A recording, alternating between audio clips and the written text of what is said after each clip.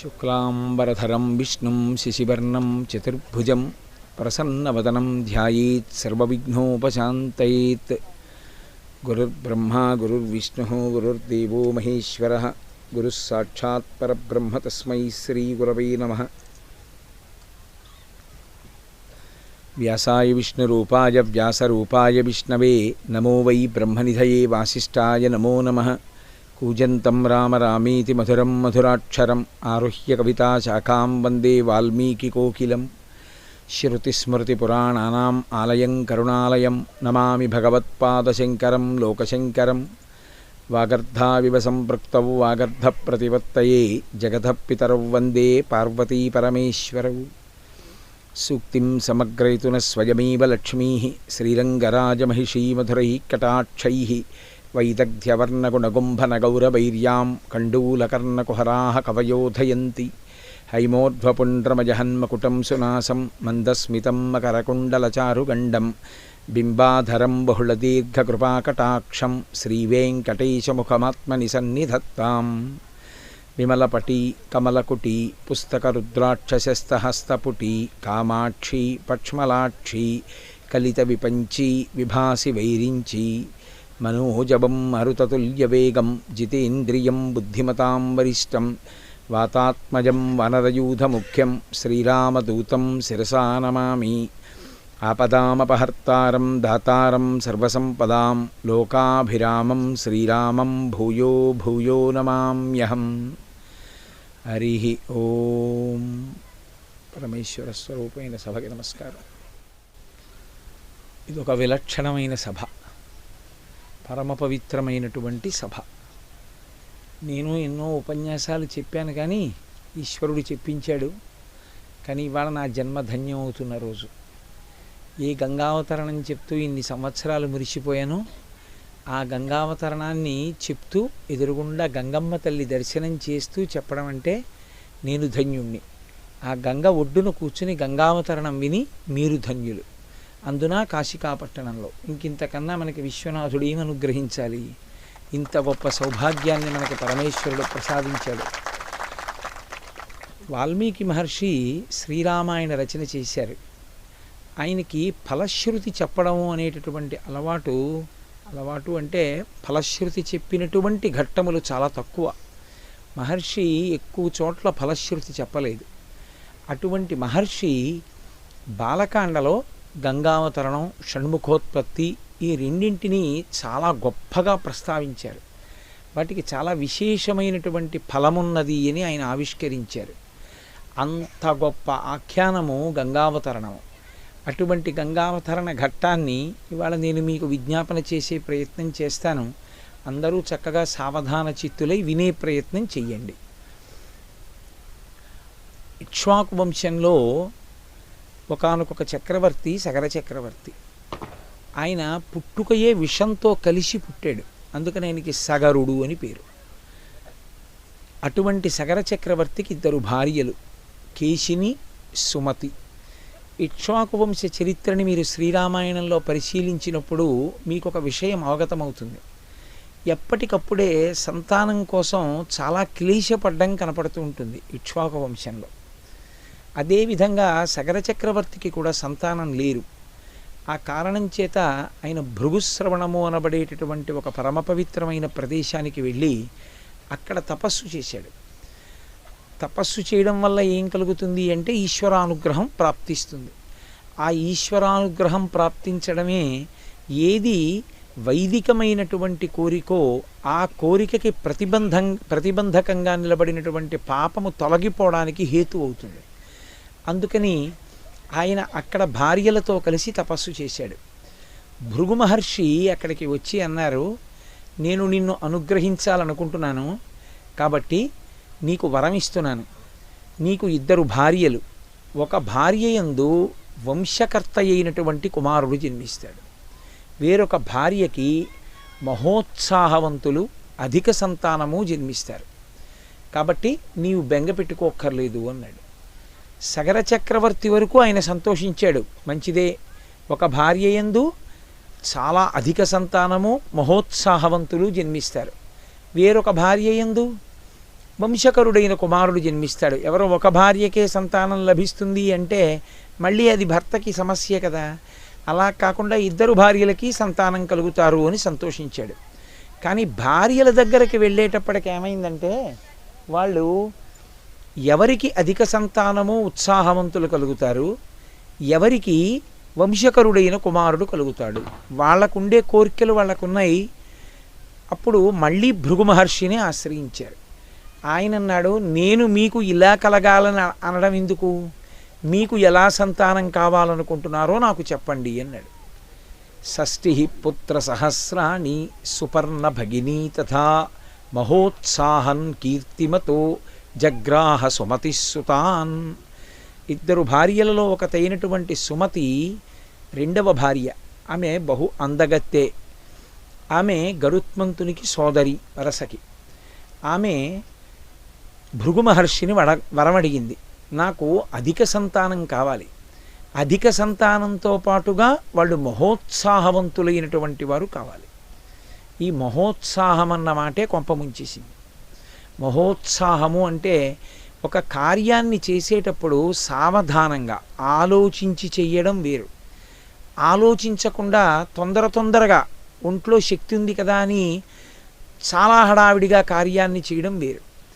అటువంటి మహోత్సాహవంతులైనటువంటి అధిక సంతానము నాకు కావాలి. షష్ఠి పుత్ర సహస్రాణి, 60,000 మంది కుమారులు నాకు అటువంటి వారు కావాలి.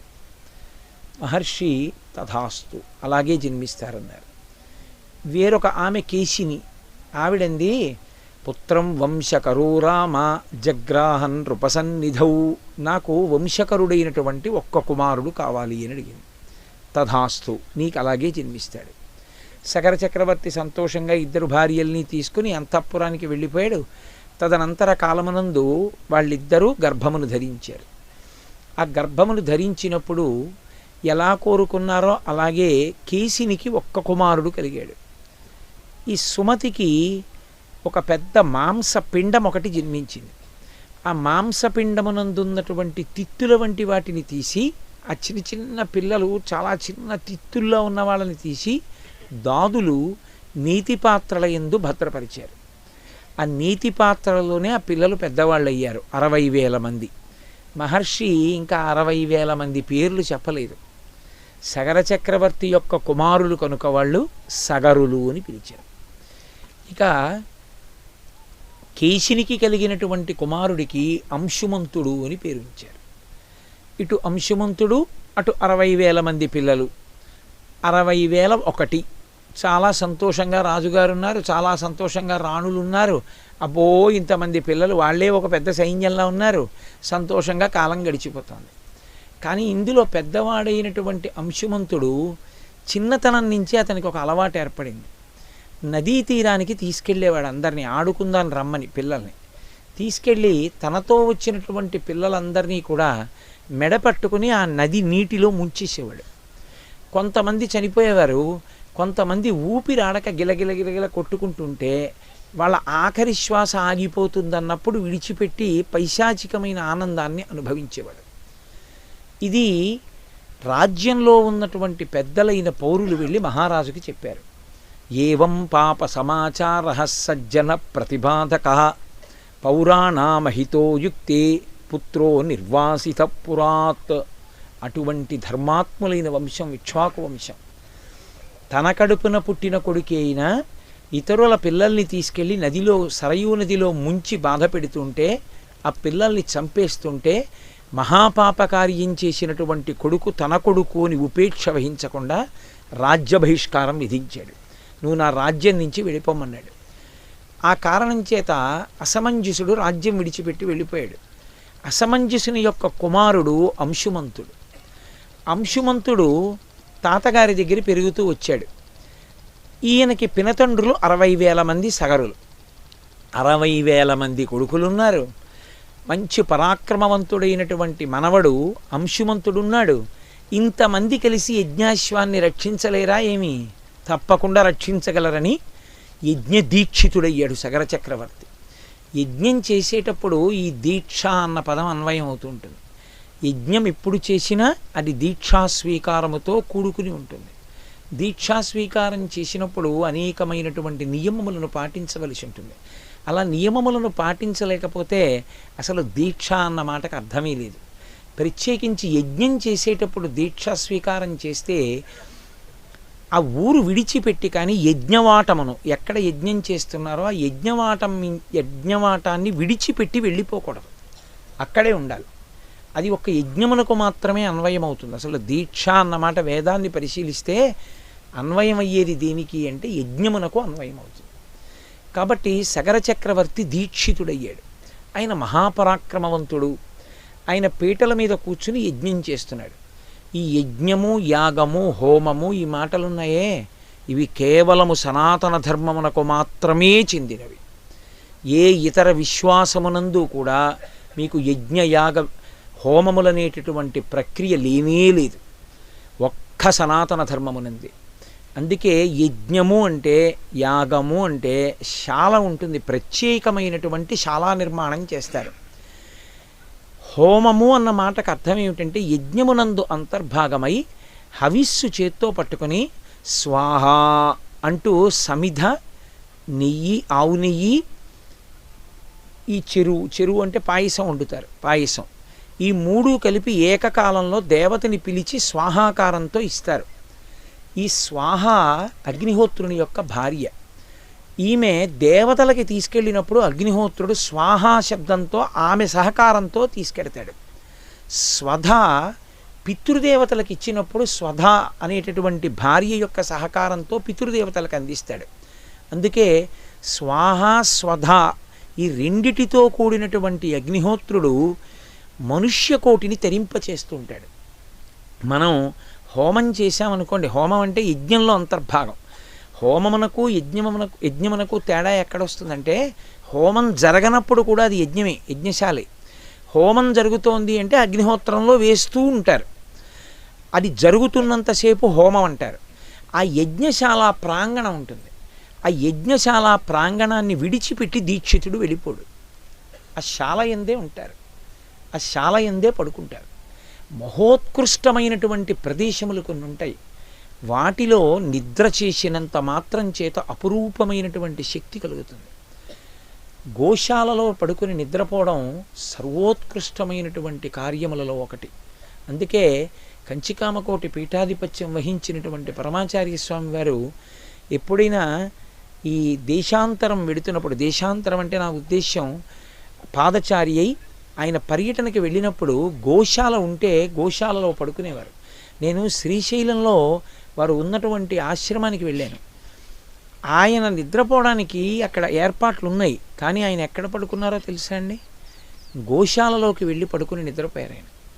గోశాల అంత పరమ పవిత్రమైనటువంటి ప్రదేశం. మళ్ళీ యజ్ఞశాల కూడా అంతే, యజ్ఞశాల కూడా అంతే పరమ పవిత్రమైన ప్రదేశం. ఎందుకంటే గోశాల కానీ యజ్ఞశాల కానీ నిర్మాణం చేస్తే చాలు, అంత గొప్ప శక్తిని ఇస్తారు. కొన్ని ఉంటాయి శాస్త్రంలో, అవి మీకు పూర్తి కాగానే, కార్యాన్ని మీరు పూర్తి చేయగానే రిజర్వేషన్ తీసుకుంటే ఒక బెర్త్ మీ పేరు మీద అలాట్ అయిపోయినట్టే ఆ లోకవాసాన్ని ఇచ్చేస్తారు. దానివల్ల నది యందు ఎవరైనా స్నానఘట్టాన్ని నిర్మాణం చేశారనుకోండి, ఒక పవిత్రమైన నదిలో స్నానఘట్టాన్ని కానీ కడితే వాడు ఆ స్నానఘట్టాన్ని కట్టడం పూర్తి చెయ్యగానే వరుణలోకవాసం ఇచ్చేస్తారు. ఆ జీవుడు వరుణలోకానికి వెళ్ళిపోతాడు, వెళ్ళిపోయి వరుణలోకంలో ఉంటాడు. అంత గొప్ప గొప్ప పుణ్యకార్యాలు. వాటిలో ఈ యజ్ఞమన్నది సనాతన ధర్మమునకు మాత్రమే చెందిన ప్రక్రియ. దేవతలకి ఆహారం మనం ఇచ్చే హవిస్సు. మనం హవిస్సు ఇస్తే వాళ్ళు దాన్ని తింటారు, తిని ప్రీతి చెందుతారు. అన్నం పెడితే మనం ఎలా సంతోషిస్తామో స్వాహాకారంతో అగ్నిహోత్రం ద్వారా ఇచ్చినది దేవతలు పుచ్చుకుంటారు తప్ప మీరు లౌకికంగా చేసిన నివేదన దేవతలు తినరు. మనం నైవేద్యం పెట్టింది దేవతలు తింటారు అని అనుకోకూడదు. దృష్టిపాతం చేస్తారంటే కన్నులు విప్పి చూస్తారు, దానివల్ల ప్రసాదం అవుతుంది. వాళ్ళు తినేదేది అంటే అగ్నిహోత్రం ద్వారా మీరేమిస్తారో దాన్నే దేవతలు తింటారు. దేవతలు తింటే దేవతలు వచ్చినా, దేవతలు ఏదైనా మన దగ్గర పుచ్చుకున్నా వాళ్ళకు ఒక లక్షణం ఉంటుంది. వాళ్ళు ప్రత్యుపకారం చెయ్యకుండా వాళ్ళు వెళ్ళరు, వాళ్ళకి అది నియమం. మీరు అడగకపోయినా సరే నాకేం వద్దు అని మీరు అన్నారనుకోండి, వాళ్ళు అలా వెళ్ళిపోరు, ఏదో ఒకటి ఇచ్చే పెడతానంటారు. ఒకవేళ మీకు అడగడం చేత కాదనుకోండి, అప్పటికి మీ మనసు ఎటువంటి భావోద్రేకంతో ఉందో అటువంటి వరం ఇచ్చి వెళ్ళిపోతారు. అదే కదా మహాభారతంలో అంత అల్లరి వచ్చింది. తెలిసో తెలియకో సూర్యుడిని పిలిచింది కుంతి, వచ్చాడు. వచ్చినవాడు దర్శనమిచ్చి వెళ్ళిపోడు, ఏదో ఒకటి అడగమన్నాడు. నాకేం కావాలి, ఏం వద్దంది. కానీ ఆవిడ మనసులో ఆయన తేజస్సు చూసి నాకు ఇలాంటి కొడుకుంటే అనుకుంది. కాబట్టి కొడుకునిచ్చి వెళ్ళిపోయాడు. అలా ఎందుకు ఇచ్చి వెళ్ళిపోయాడు అని మనం అనుకుంటాం. ఎవరి ధర్మం వాళ్ళది. ఈ లోకమంతా ధర్మమునందే నిలబడింది. ధర్మమావిష్టితం జగత్ అంటారు వాల్మీకి మహర్షి. ధర్మమునందే లోకము నిలబడుతుంది. ధర్మమే శ్రేయోదాయకము. ధర్మమే మనిషిని గట్టెక్కిస్తుంది. అందుకే ఆయన మహాధర్మాత్ముడు కనుక యజ్ఞదీక్షితుడై యజ్ఞాన్ని చేస్తున్నాడు. ఇప్పుడు దేవతలు అది బుచ్చుకుని సంతోషించి వరం ఇస్తారు. వాళ్ళు ఇచ్చినటువంటి వరం చేత ఆయన అభ్యున్నతిని పొందుతాడు. అందుకని ఆయన యజ్ఞం చేస్తూ యజ్ఞంలో ఉన్నాడు. అశ్వాన్ని విడిచిపెట్టారు. అది అశ్వమేధయాగం. ఇప్పుడు లేదు కలియుగంలో. అశ్వమేధయాగంలో గుర్రాన్ని విడిచిపెడతారు. అది స్వేచ్ఛగా వెడుతుంది. దాన్ని రక్షించుకుంటూ వెళ్ళాలి. ఇప్పుడు ఆ గుర్రం వెనకాతల రక్షకుడిగా అంశుమంతుణ్ణి పెట్టి పంపించాడు. ఆ అంశుమంతుడు ఆ గుర్రం వెనక వెడుతున్నాడు. అలా వెడుతుండగా అకస్మాత్తుగా ఒక విషయం జరిగింది. రాక్షసీం తనుమాస్థాయ యజ్ఞీయాశ్వమపాహరత్ హ్రియమాణీ తుకాకుత్సా తస్మిన్నశ్వే మహాత్మనః. ఒక రాక్షసి యొక్క స్వరూపాన్ని పొంది ఇంద్రుడు ఆ గుర్రాన్ని అపహరించాడు. అపహరించి తీసుకెళ్ళి ఎక్కడో దాచేశాడు. ఎక్కడ దాచేశాడో మీకు కాసేపట్లో తెలుస్తుంది. ఆయన ఏదైనా చేశాడు అంటే ఎందుకండి అలాంటి పనులు అని మనకు అనిపిస్తుంది. కానీ పరమేశ్వరుడు ఒక గొప్ప కార్యం జరగడానికి కావలసినటువంటి పునాదిని నిర్మించుకుంటూ వస్తాడు. ఒక మహత్కార్యం జరగడానికి వేసేటటువంటి పునాది అద్భుతంగా ఉంటుంది. ఒక పాక వేసుకోవడానికి చేసే ఏర్పాటుకి 7 అంతస్తుల మేడ కట్టడానికి తవ్వేటటువంటి పునాదికి చాలా తేడా ఉంటుంది కదా. అంత దూరం పునాది పడితే తప్ప ఒక మహత్కార్యం జరగదు లోకంలో. అందుకని ఇంద్రుడు అశ్వాన్ని అపహరించాడు ఒక రాక్షసీ స్వరూపంతో. అంశుమంతుడికి ఆ గుర్రం ఎక్కడుందో తెలియలేదు. ఆయన తిరిగి వచ్చేసాడు. వచ్చేసి తాతగారితో చెప్పాడు, తాతగారు గుర్రాన్ని ఎవరో ఎత్తుకుపోయారు కాబట్టి గుర్రం కనపడలేదు అన్నాడు. ఆ గుర్రం తిరిగి వస్తే కానీ అశ్వమేధయాగం పూర్తి చేయడానికి ఉండదు. ఎందుకంటే ఆ అశ్వాన్ని చంపుతారు. రాత్రి చంపి ఆ చంపబడినటువంటి అశ్వంతో కలిపి ఎవరు యజమానియో ఆ యజమాని భార్య నిద్రపోవాలి రాత్రి. మరునాడు దాని శరీరంలో ఉండేటటువంటి ప్రధానమైన అవయవాన్ని తీసి అగ్నిహోత్రమునందు వ్రేలుస్తారు. అది కాలుతూ వచ్చే పొగని యజమాని పీలుస్తాడు. పీలిస్తే పాపము తొలగిపోతుంది. అది అశ్వమేధయాగం క్రతువు. అది దశరథుడు అలాగే చేశాడు. కలియుగంలో లేదు. కాబట్టి ఇప్పుడు ఆ గుర్రం వెనక్కి తిరిగి రాకపోతే అశ్వమేధం పూర్తవదు. యజ్ఞము మధ్యలో వదిలిపెట్టకూడదు. యజ్ఞాన్ని మధ్యలో కానీ వదిలిపెట్టేస్తే అరిష్టం రాజ్యానికి అంతటికి. యజమాని నశించిపోతాడు. ఆ రాజ్యమంతా కూడా ఉపద్రవానికి లోనవుతుంది. కాబట్టి ఇప్పుడు యజ్ఞాన్ని విడిచిపెట్టకూడదు. సగర చక్రవర్తి మహాపరాక్రమవంతుడు. ఆయనే బయలుదేరుదామంటే ఆయన యజ్ఞదీక్షితుడై ఉన్నాడు. దీక్ష ఆయన తీసుకున్నాడు. దీక్ష ఆయన తీసుకుని ఉండగా ఆయన బయలుదేరి వెళ్ళకూడదు. కాబట్టి ఇప్పుడు ఆయన అన్నాడు, నేను వెళ్ళకూడదు యజ్ఞాశ్వం కోసం. కాబట్టి మీరు 60,000 మంది ఉన్నారు. కొడుకుల్ని పిలిచాడు. సగరులు ఉన్నారుగా 60,000 మంది, మీరు వెళ్ళండి.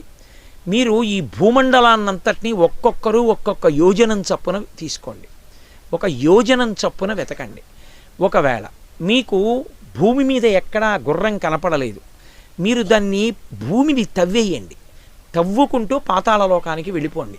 వెళ్ళిపోయి పాతాళలోకమంతా కూడా అన్వేషించండి. మీకు ఆ గుర్రం కనపడిన తరువాత మాత్రమే మీరు రావలసి ఉంటుంది. ఇప్పుడు వాళ్ళు బయలుదేరారు. యోజనాయామ విస్తారమేకైకో ధరణీతలం బిభిధ పురుష వ్యాఘ్ర వజ్రస్పర్శ సమైర్నఖై. వాళ్ళ గోళ్ళు వజ్రములతో సమానంగా ఉండేవి. వాళ్ళు ఒక్కొక్కడు ఒక్కొక్క యోజనం వంతున స్వీకరించి తమ గోళ్లతో భూమిని అంతటినీ తవ్వేశారు. వాళ్ళు మహోత్సాహవంతులు. ఆ ఉత్సాహంలో ఇది చెయ్యొచ్చా ఇది చెయ్యకూడదా అని ఆలోచించారు. చేసేసామంతే కార్యం. అందుకని వాళ్ళు వెళ్ళిపోతూ ఆ భూమిని తవ్వుతూ అదేమిటా భూమి వసుంధర మేదిని, దీన్ని ఎందుకు అలా తవ్వుతున్నారని అడిగిన వాళ్ళందరినీ చంపేశారు. తవ్వుతుండగా అడ్డొచ్చిన ప్రాణుల్ని చంపేశారు. పాతాళలోకానికి వెడుతుండగా కనపడిన ప్రాణుల్ని చంపేశారు. దాంతో భూమి మీద ఉండేటటువంటి స్థితి అంతా కూడా అస్తవ్యస్తమైపోయింది అన్ని గోతులు పెట్టడంలో. ఇప్పుడు దేవతలందరూ కలిసి ఇటువంటి అస్తవ్యస్త పరిస్థితులు ఏర్పడితే యజ్ఞయాగాదులు ఉండవు. యజ్ఞయాగాదులు లేకపోతే దేవతల కన్నా ఉండదు. కాబట్టి దేవతలు బ్రహ్మగారి దగ్గరికి వెళ్ళి అడుగుతారు, ఎందుకు ఇలా జరుగుతోంది అని అడుగుతారు. కాబట్టి ఇప్పుడు దేవతలు ఋషులు అందరూ కలిసి చతుర్ముఖ బ్రహ్మగారి దగ్గరికి వెళ్ళారు. వెళ్ళి ఆయన్ని అడిగారు, నువ్వు సృష్టికర్తవి, ఈ భూమి అంతా కూడా సృష్టింపబడింది, ఇది శ్రీ మహావిష్ణువు చేత నిరంతరము రక్షింపబడుతూ ఉంటుంది. అటువంటి భూమి ఎవడి సొత్తు కాదు, భూమిని పాడు చేసే అధికారం ఎవడికి లేదు. వీళ్ళు భూమిని ఎలా పాడు చేస్తున్నారు, ఎందుకు ఉపేక్షింపబడుతున్నారు, ఎందుకు వీళ్ళు శిక్షింపబడలేదు అని అడిగాడు. ఇందులో ఎన్నో ధర్మరహస్యములు ఉంటాయి. శ్రీరామాయణం చెప్పారు అంటే అందులో ఎన్నో ధర్మాలు నేర్పుతారు. భూమి ఎంతవరకు నీకు అవసరమో అంతవరకు వాడుకోవాలి తప్ప, భూమి అంగీకరించింది కదా, పడుతోంది కదా అని నీ ఇచ్చ వచ్చిన రీతిలో నువ్వు ప్రవర్తిస్తే భూమికి వాడు భారం అవుతాడు. భూమి తల్లి. భూమి మీద ఎన్ని కోట్ల మంది ఉండండి, ఆవిడికి బరువు కాదు. బరువు ఎప్పుడవుతారంటే పరమేశ్వరుడు ఎలా బతకమని వేదం ఇచ్చాడో ఆ వేద మార్గాన్ని తప్పితే, భూమిని చీల్చి చెండాడి అందులోంచి ఐశ్వర్యాన్ని సంగ్రహించే ప్రయత్నం చేస్తే, భూమిని నిష్కారణమైన ఇబ్బంది పెడితే ఆవిడ పాపభారం పెరిగింది అని చెప్తుంది పరమేశ్వరుడికి. ఆయన అవతార స్వీకారం చేసి చంపేస్తాడు అటువంటి వాళ్ళని. అందుకే మహాతల్లి భూమిని ఇంత క్షోభ పెడుతుంటే దేవతలు ఋషులు వెళ్ళి అడిగారు. ఆయన అన్నాడు, ఈ భూమి నీది కాదు, నాది కాదు, శ్రీ మహావిష్ణువు యొక్క సృష్టి. ఆయన నిరంతరము ఈ భూమిని రక్షిస్తుంటాడు. ఎందుకంటే భూదేవిగా ఆయన ఆవిడ భార్య. అందుకే శ్రీదేవి భూదేవి అని ఇద్దరు భార్యలు. అంటే నిజంగా ఆయనకి ఇద్దరు పెళ్ళాలని కాదు దాని ఉద్దేశ్యం. శక్తిని భార్యగా సంకేతిస్తారు శాస్త్రంలో. శ్రీదేవి అంటే లక్ష్మి, భూదేవి అంటే భూమాత. ఈ భూమాతలోంచి పంట పైకొస్తుంది. అది నోట్లోకి ఎడితే ఐశ్వర్యం, భోగం. నోట్లోకి వెళ్ళకపోతే దరిద్రం. వచ్చి చేతికి అందలేదు, నువ్వు తినలేకపోయావంటే ప్రాప్తం లేదు, పోయింది, దురదృష్టం వెంటాడింది. ఇటువైపు భార్య పండాలన్నా ఆయన అనుగ్రహం, పండింది నోటికి వెళ్ళాలన్నా లక్ష్మిగా ఆయన అనుగ్రహం. ఆయనని విడిచిపెట్టి వాళ్ళని పట్టుకోవడం మొదలు పెడితే వాళ్ళు ఆయన భక్తి లేని వాళ్ళకి అది అందనివ్వరు. కేవలం లక్ష్మీ పూజలు చేస్తే లక్ష్మి రాదు. ఎవడు లక్ష్మీనారాయణార్చన చేస్తాడో వాడికి వస్తుంది. అనుకలతనకాండాలింగనారంభశుంభత్ ప్రతిదిశ భుజచాఖా శ్రీసకానోకహర్తి స్తననయన గుళుచ్చస్పార పుష్పద్విరేప రచయితుమయి లక్ష్మీ కల్పవల్లీ కటాక్షాన్. అమ్మవారు లక్ష్మీదేవి నారాయణమూర్తిని గట్టిగా కౌగిలించుకుంటే పెద్ద పెద్ద పువ్వులున్న తీగ ఒక పెద్ద బలమైన కాండమున్న చెట్టుని అల్లుకుంటే ఎలా ఉంటుందో అలా లక్ష్మీదేవి యొక్క స్తనములు ఒత్తుకునేటట్టుగా నారాయణమూర్తిని కౌగులించుకున్న స్వరూపాన్ని ఎవడు ధ్యానం చేస్తాడో వాడికి లక్ష్మీ కటాక్షం కలుగుతుంది. అందుకే శ్రీ సూక్తం ఆవిడ్ని ఎప్పుడైనా పిలిస్తే నీ భర్త పిల్లలతో రా అని పిలుస్తుంది తప్ప అమ్మా నువ్వు రా అంటే ఆవిడ రాదు. ఆవిడ మహాపతివ్రత, నిత్యానపాయనీం. అందుకే కదా రావణుడు పాడయ్యాడు. రాముడొద్దు సీత కావాలి, రావణుడు నశించాడు. రాముడొద్దు సీతమ్మొద్దు, రాముడే కావాలి, శూర్పణఖకి ముక్కు చెవులు తెగిపోయాయి. సీతారాములు కలిసి కావాలి, హనుమ భవిష్యత్ బ్రహ్మ అయ్యారు. ఇద్దరినీ కలిపి ఉపాసన. అందుకే సనాతన ధర్మమునందు పక్కన శక్తి స్వరూపం లేనటువంటి స్మూర్తిని ఉపాసన చెయ్యరు. అది ఉపాసనాయోగ్యము కాదు. రామచంద్రమూర్తి అయినా సరే సీతమ్మ పక్కన లేకపోతే ఉపాసన లేదు. నేను పరమయథార్థం మీతో మనవి చేస్తున్నా. ఒక్క రాముడికి అర్చన లేదు, శ్రీరాముడిగానే అర్చన, సీతారాములుగానే అర్చన. అందుకే పక్కన శక్తి లేకపోతే వాళ్ళని సింహాసనంలో కూర్చోపెట్టి అర్చన చెయ్యరు. అది సనాతన ధర్మమునందు అంతర్లీనమైన సిద్ధాంతం. కాబట్టి శ్రీదేవి భూదేవి సహితుడై ఉంటారు విష్ణువు. అటువంటి స్వామి ఈ భూమిని సర్వదా కాపాడుతూ ఉంటారు. కాపిలం రూపమస్తాయ, ఆయన ప్రస్తుతం కపిల మహర్షి రూపంలో ఈ భూమండలం మీద ఉన్నారు. బ్రహ్మగారు చెప్తున్నారు దేవతలకి ఋషులకి, ధారయత్యనిశం ధరాం, అనిశం ఎల్లప్పుడూ ఈ భూమిని కాపాడుతూ ఉంటాడు. తస్య కోపాగ్నినా దగ్ధ భవిష్యంతి నృపాత్మజాః. ఇది నిర్ణయం అయింది చాలా కాలం క్రితమే. మహోత్సాహవంతులైనటువంటి వాళ్ళు 60,000 మంది ఈ భూమి మీద పుట్టారు కనుక ఋషి అనుగ్రహం చేత వాళ్ళు వాళ్ళ మహోత్సాహం కారణంగానే ఒకానొకనాడు శ్రీ మహావిష్ణువు యొక్క ఆగ్రహము చేత నశించిపోతారు అని నిర్ణయింపబడింది. కాబట్టి ఆయనకి కోపం వస్తుంది. ఆయనకి కోపం వస్తే వీళ్ళు మాడిపోతారు. మీరు బెంగ పెట్టుకోకండి, వెళ్ళిపోండి అన్నాడు. తిరిగి వచ్చేశారు. అప్పుడు కాదు, గంగావతరణంలో. ఎప్పుడూ జ్ఞాపకం పెట్టుకోవాలి. ఎప్పుడైనా సరే భూమిని ఖేదపడితే శ్రీ మహావిష్ణువు అంగీకరించారు. కాబట్టి తస్య కోపాగ్నినా దగ్ధా భవిష్యంతి నృపాత్మజాః. రాబోవు కాలంలో వీళ్ళు మరణిస్తారు. సరే, అందరూ వెళ్ళిపోయారు, దేవతలు వెళ్ళిపోయారు, ఋషులు వెళ్ళిపోయారు, కాలం నడుస్తోంది. వీళ్ళు తవ్వుకుంటూ వెళ్ళిపోయారు, ఆ పాతాళలోకానికి వెళ్ళిపోయారు. పాతాళలోకం అంతా చూసేశారు. వాళ్ళకి కనపడలేదు గుర్రం. మళ్ళీ తిరిగి వచ్చారు. తిరిగొచ్చి మళ్ళీ దీక్షితుడైనటువంటి సగర చక్రవర్తికి నమస్కరించారు. నాన్నగారు, వెతికేశాం, పాతాళం వరకు గోతులు పెట్టి వెళ్ళిపోయాం, కానీ మాకు కనపడలేదు గుర్రం, ఏం చేయమంటారని అడిగారు. ఈ మాటతో మీరు రావడానికి వీల్లేదు, మళ్ళీ వెళ్ళండి, మళ్ళీ అన్ని దిక్కుల నుంచి పాతాళంలో ప్రవేశించండి, వెతికి గుర్రాన్ని తీసుకుని రండి, అప్పటి వరకు నేను లేవను. నేను కానీ లేచానా రాజ్యానికి, మన వంశానికి, నాకు, అందరికీ ఉపద్రవం వస్తుంది. కాబట్టి నేను లేవవచ్చా అని అడిగాడు మహర్షుల్ని. నేను వెళ్ళవచ్చా యజ్ఞాశ్వం కోసం? యజ్ఞదీక్షితుడైన వాడు అలా లేచి వెళ్ళడానికి వీల్లేదు. నువ్వు చేయించిన మేము కూడా నశించిపోతాం, కాబట్టి అలా చెయ్యకూడదు. పిచ్చి పిచ్చి యజ్ఞాలు చేయించే ముందు బ్రాహ్మణులు ఆలోచించుకోవాలి, అలా చేయించచ్చా అని. ఎంత నిర్ద్వందంగా చెప్పారో చూడండి ఆ రోజున. అర్థం పర్థం లేనటువంటి యజ్ఞయాగాదులు చేయించకూడదు బ్రాహ్మణులు. అందుకే నిస్సందేహంగా చెప్పారు, లేచి వెడితే నశించిపోతావు, వెళ్ళడానికి వీల్లేదు. ఆయన మళ్ళీ సగరుల్ని పంపించాడు 60,000 మందిని. మళ్ళీ వీళ్ళు బయలుదేరారు. బయలుదేరి మళ్ళీ పాతాళలోకానికి వెళ్ళి తూర్పు దిక్కుగా వెళ్ళారు. తూర్పు దిక్కుగా వెళ్ళి అణువు గాలించేశారు. గాలించేస్తే వాళ్ళకు ఒక పెద్ద ఏనుగు కనపడింది. దిశాగజం విరూపాక్షం ధారయంతం మహీతలం. దాని పేరు విరూపాక్షము, ఆ ఏనుగు పేరు. మనం దిగ్గజాలంటాం. అది తూర్పు దిక్కున భూమిని మోస్తూ ఉంటుంది తన యొక్క కుంభస్థలం మీద. దానికి అప్పుడప్పుడు బాధ కలుగుతుంది, నిప్పెడుతుంది. నిప్పెడితే చూడండి, తట్ట మోసేవాళ్ళు ఒక్కసారి ఇలా అని మళ్ళీ ఇలా పెట్టుకుంటారు, అలా అంటుంది. అలా అని ఎప్పుడందో ఎటువైపు దిగ్గజం తల ఊపిందో అటువైపు భూకంపం వస్తుంది. కాబట్టి భూకంపములు రావడానికి కారణం అది అని రామాయణ అంతర్గతం. దిశాగజం విరూపాక్షం ధారయంతం మహీతలం. ఆ విరూపాక్షం అనేటటువంటి ఏనుగు భూమిని మోస్తోంది. వాళ్ళు దానికి ప్రదక్షిణం చేశారు, నమస్కారం చేశారు. మా గుర్రం ఎక్కడుంది అని అడిగారు. మీ పని మీరు చేసుకోండి అంది. ఎందుకంటే వాళ్ళది మంగళకర కార్యం కాదు, మహోత్సాహవంతులు వాళ్ళు. విష్ణు స్వరూపం చేత కాల్చబడతారు. ఎందుకంటే అటువంటి వాళ్ళు ఉంటే లోకానికి ఉపద్రవం. కాబట్టి వాళ్ళు తూర్పు దిక్కున విన్న విరూపాక్షానికి నమస్కరించి దక్షిణ దిక్కుకు వచ్చారు. మహాత్ పద్మం మహాత్మానం సుమహత్ పర్వతోపమా. ఒక పెద్ద పర్వతమా అన్నట్టుగా దక్షిణ దిక్కున ఒక ఏనుగు మోస్తోంది. ఆ దక్షిణ దిక్కున భూమిని మోసేటటువంటి ఏనుగు పేరు మహాపద్మం. అదొక దిగ్గజం. వాటి పేర్లు వింటే చాలండి, మహాపుణ్యం. కాబట్టి దిగ్గజం మహాపద్మం అన్నది మోస్తోంది.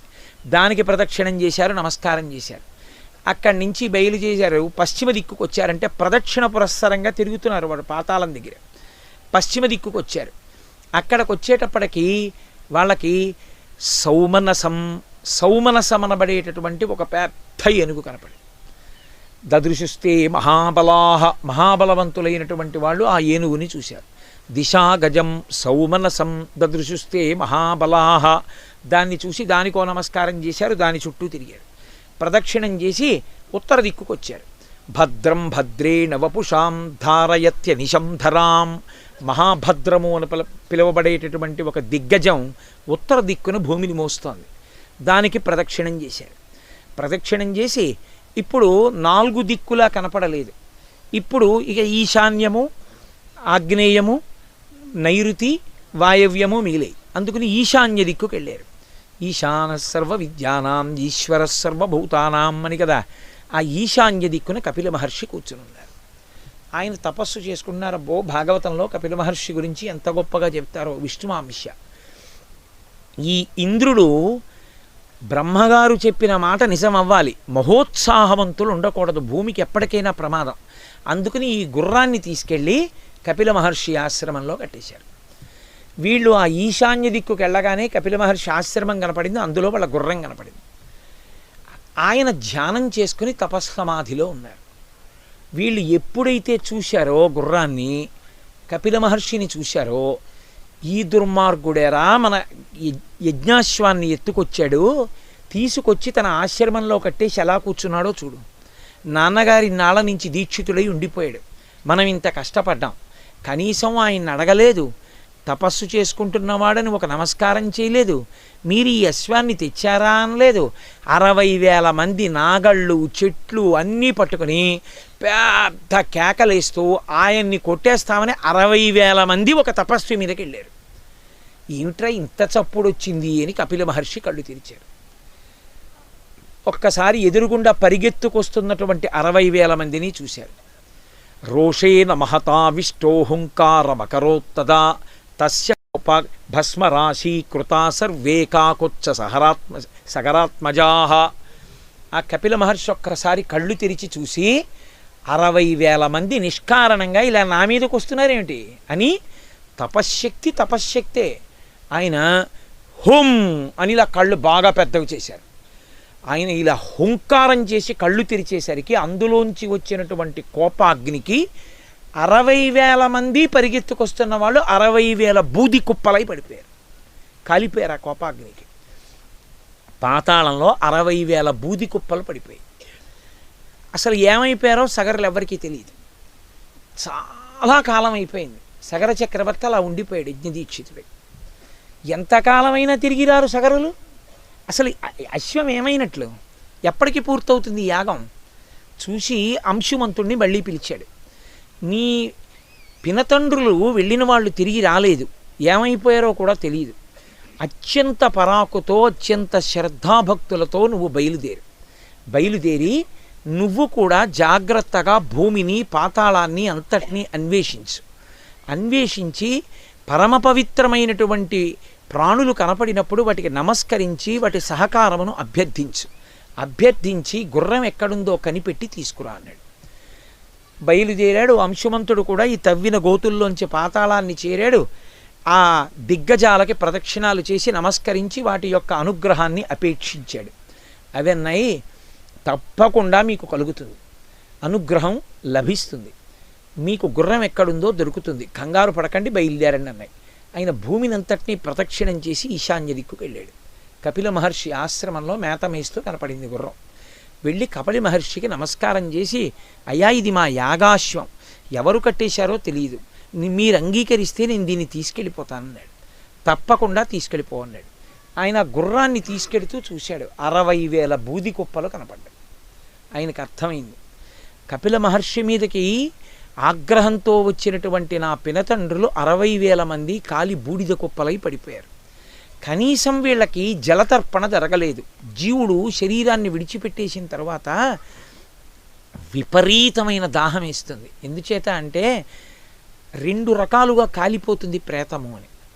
అగ్ని యందు ఎవడు పరమ గౌరవంతో జీవించాడో, అగ్నికి ఎవడు నమస్కరించాడో, బతికున్న నాళ్ళు అగ్ని పట్ల అంత మర్యాదతో ఎవడున్నాడో వాడు కాలిపోయేటప్పుడు అగ్ని అంత జాగ్రత్తగా తీసుకెళ్ళిపోతుంది దేవలోకానికి. అందుకే శవదహనము కొడుకు చేసేటప్పుడు మామూలుగా చేయడు, మంత్రం చెప్తాడు. నా తండ్రి బ్రతికున్నన్నాళ్ళు అగ్నిహోత్రం చేశాడు, నా తండ్రి బ్రతికున్నన్నాళ్ళు నిన్ను ఆరాధించాడు, నా తండ్రిని నువ్వు గౌరవంగా దేవలోకానికి తీసుకెళ్ళిపో. ఏ నా తండ్రి బ్రతికున్నంతకాలం నీలో హవిస్సునిచ్చి దేవతలకిచ్చాడో ఆ తండ్రిని హవిస్సుగా వేస్తున్నాను నీలో. కాబట్టి ఈయన్ని దేవతల దగ్గరికి తీసుకెళ్ళు. ఈయన పాపమును దృష్టిలో పెట్టుకోకు. పాపమును దృష్టిలో పెట్టుకుని భగ్గుని ఒకచోట కాల్చి ఒకచోట కాల్చకుండా వదిలిపెట్టకు.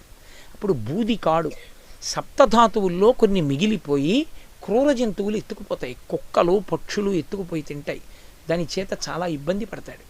అందుకని ఓ అగ్నిహోత్రమా, మా తండ్రిని ఎందు గౌరవం ఉన్నవాడు, ఆ గౌరవాన్ని నువ్వు ఇవాళ దృష్టిలో పెట్టుకుని ఆయన్ని తీసుకెళ్ళు, అలా కాల్చు శరీరాన్ని మంత్రం చెప్పి అప్పుడు కట్టెల మీద పెట్టి నెయ్యి పోస్తాడు. అందుకే ప్రేత సంస్కారమునందు మంత్రభాగాన్ని అన్వయించేసి సనాతన ధర్మంలో అంత గౌరవాన్ని చూపించారు. అది ఆ అగ్నిహోత్రుడు పాపిష్టని తీసుకెళ్ళేటప్పుడు అలా తీసుకెళ్ళాడు. ఆయనకి అసహ్యం, కాల్చి యారి కాల్చేస్తాడంతే. అందుకే అగ్ని యందు కనీస మర్యాద పాటించాలి. అందుకే పూర్వం ఇంట్లో వంట చేస్తే స్నానం చేస్తే తప్ప అగ్నిని వెలిగించేవారు కాదు. ఆ అన్నం తింటాడు యజమాని, స్నానం చేసిన తర్వాతే అగ్ని రగల్చేవారు. స్నానం చేసి అన్నం వండిన తర్వాత ఆయన కర్మ, ఆయన ఎందుకు అన్నం వండి పెట్టాలి? నీ ఇంటి వంట బ్రాహ్మణుడు ఆయన ఎందుకు వండడం అంటే, ఆయనకి ఒక శాసనం ఒకటి ఉంది. కవ్యం కవ్యాసినామపి పాకంచ కురుతేవ నిహి శంకరస్య ఇవ శాసనాత్ లింగపురాణం చెప్తుంది. పరమేశ్వరుడు ఆదేశించాడు, శంకరుడు ఈ ప్రాణులు బ్రతకవయా, ఉడికిన అన్నం తినకపోతే వీళ్ళకి అన్నం వండి పెట్టు అన్నాడు. అందుకని శంకర శాసనానికి భయపడి మన ఇంట వంట బ్రాహ్మణుడిగా వంట చేస్తాడు. వంట చేస్తున్నాడు కదా అని ఏ బట్టలతో పడితే ఆ బట్టలతో స్నానం చేయకుండా వచ్చి అగ్నిహోత్రాన్ని వెలిగించరు. అందుకే స్నానం చేసిన తరువాతనే అగ్ని వెలిగిస్తారు. అగ్ని వెలిగించి మళ్ళీ వంట అంతా అయిపోయిన తర్వాత ఇంటి ఇల్లాలు ఆ వండిన అన్నం ఏదుందో ఆ అన్నంలో ఒక 2-3 మెతుకులు తీసి నీతి పిసరు దాని మీద వేసి ఒక్క 2-3 మెతుకులు ఈ 3 వేళ్లతో పట్టుకుని దివిషద్వర్గము నీ ముఖంబునన సంతృప్తిన్ గాంచు నిన్నీషుగాస్తవముల్ అంటూ శ్లోకం చెప్పి కనీసమో నమస్కారం పెట్టి ఆ అగ్నిహోత్రం దగ్గర వేస్తుంది. గ్యాస్ స్టవ్ కదండి అంటే ఒక మెతుకన్నా వేయాలి. అది మర్యాద. ఆ మర్యాద లేకుండా అగ్నిని వాడుకున్నవాణ్ణి ఎలా కాల్చాలో ఎప్పుడు కాల్చాలో వాడికి తెలుసు. అందుకని ప్రేతాన్ని కాల్చేటప్పుడు కూడా అగ్ని ప్రార్థనే చేసి అగ్నిహోత్రంలో వేస్తారు. హవిస్సుగా వేస్తాడు తండ్రిని కొడుకు. అందుకు కొడుకు ఉండాలని అడుగుతారు. కొడుకు లేడనుకోండి, ఉత్తరాధికారి ఏడి మంత్రం చెప్పడానికి? నా తండ్రి అన్న మాట వాడడానికి ఆ గోత్రంతో యజ్ఞం చేసి హవిస్సు ఇవ్వడానికి లేడు ఉత్తరాధికారి, కర్మసంతానం లేడు. అందుకేడుస్తాడు పురుషుడు, అరే నాకు సంతానం కొడుకులు లేకపోయారే అని ఎడవడానికి కారణం అది. అంతేకాని వాడు ఇంకోటి వెలగబెడతాడని కాదు. అందుకే వేదం ఎప్పుడు చెప్పినా ఒకటే చెప్తుంది, అగ్ని పట్ల చాలా జాగ్రత్తగా ఉండు, అగ్నితో చాలా జాగ్రత్తగా ఉండు, చాలా జాగ్రత్తగా ఉండు, అదే నిన్ను తీసుకెడుతుంది. ఎందుకని? అగ్ని పట్ల మర్యాద లేని వాడిని అగ్నిహోత్రుడు దేవలోకాలకి తీసుకెళ్ళడం. ఎందుకు తీసుకెడతాడు? శరీరాన్ని హవిస్సుగా ఒక్కనాటికి తీసుకెళ్ళడం. ఆయన తీసుకెళ్ళకపోతే, ఆ మంత్రాన్ని అంగీకరించకపోతే వీడు యమసదనం వైపుకి వెళ్ళిపోతాడు. అందుకే మర్యాదతో ఉండాలి అగ్నిహోత్రం విషయంలో. ఎవరికా పాపము అంటే ఇంటి ఇల్లాలిది కాదు, యజమానిదే. యజమాని చెప్పాలి, స్నానం చెయ్యకుండా వెలిగించకు, కాఫీ తాగపోతే చచ్చిపోతానండి అన్న బాధ ఉంటే కనీసం పసుపు నీళ్లు భార్య చల్లుకుని అగ్నిహోత్రాన్ని వెలిగించాలి. పసుపు నీళ్లు 3 మాటలు చల్లుకుంటే స్నానమే ఆడదానికి వేదంలో. నేను పసుపు నీళ్లు చల్లుకుని స్టవ్ వెలిగించి కాఫీ పెట్టాలి. ఏమీ లేకుండా నిద్రమంచం మించి లేచొచ్చి దిక్కుమాల బట్టలతో అగ్నిహోత్రాన్ని వెలిగిస్తే ఆయనకి తెలుసు ఎప్పుడు ఇది చూపించాలో దీనికి ప్రతిఫలాన్ని. అప్పుడు ఏడుస్తాడు, అరే ఎంత తాపత్రయపడ్డాను రా, పాడైపోయానని. కాబట్టి అగ్నితో జాగ్రత్తగా ఉండాలి. అగ్ని ఎటువంటి అగ్ని పట్టుకుంది అన్నదాన్ని బట్టి ఉత్తరగతులు ఉంటాయి. వేదోప బ్రహ్మణము రామాయణం. అందుకే అంత జాగ్రత్తగా చెప్తారు వాల్మీకి మహర్షి. ఏది చెప్పినా కొడుకు రగల్చాలి, అగ్నిని రగల్చి అందులో వెయ్యాలి తండ్రి శరీరాన్ని.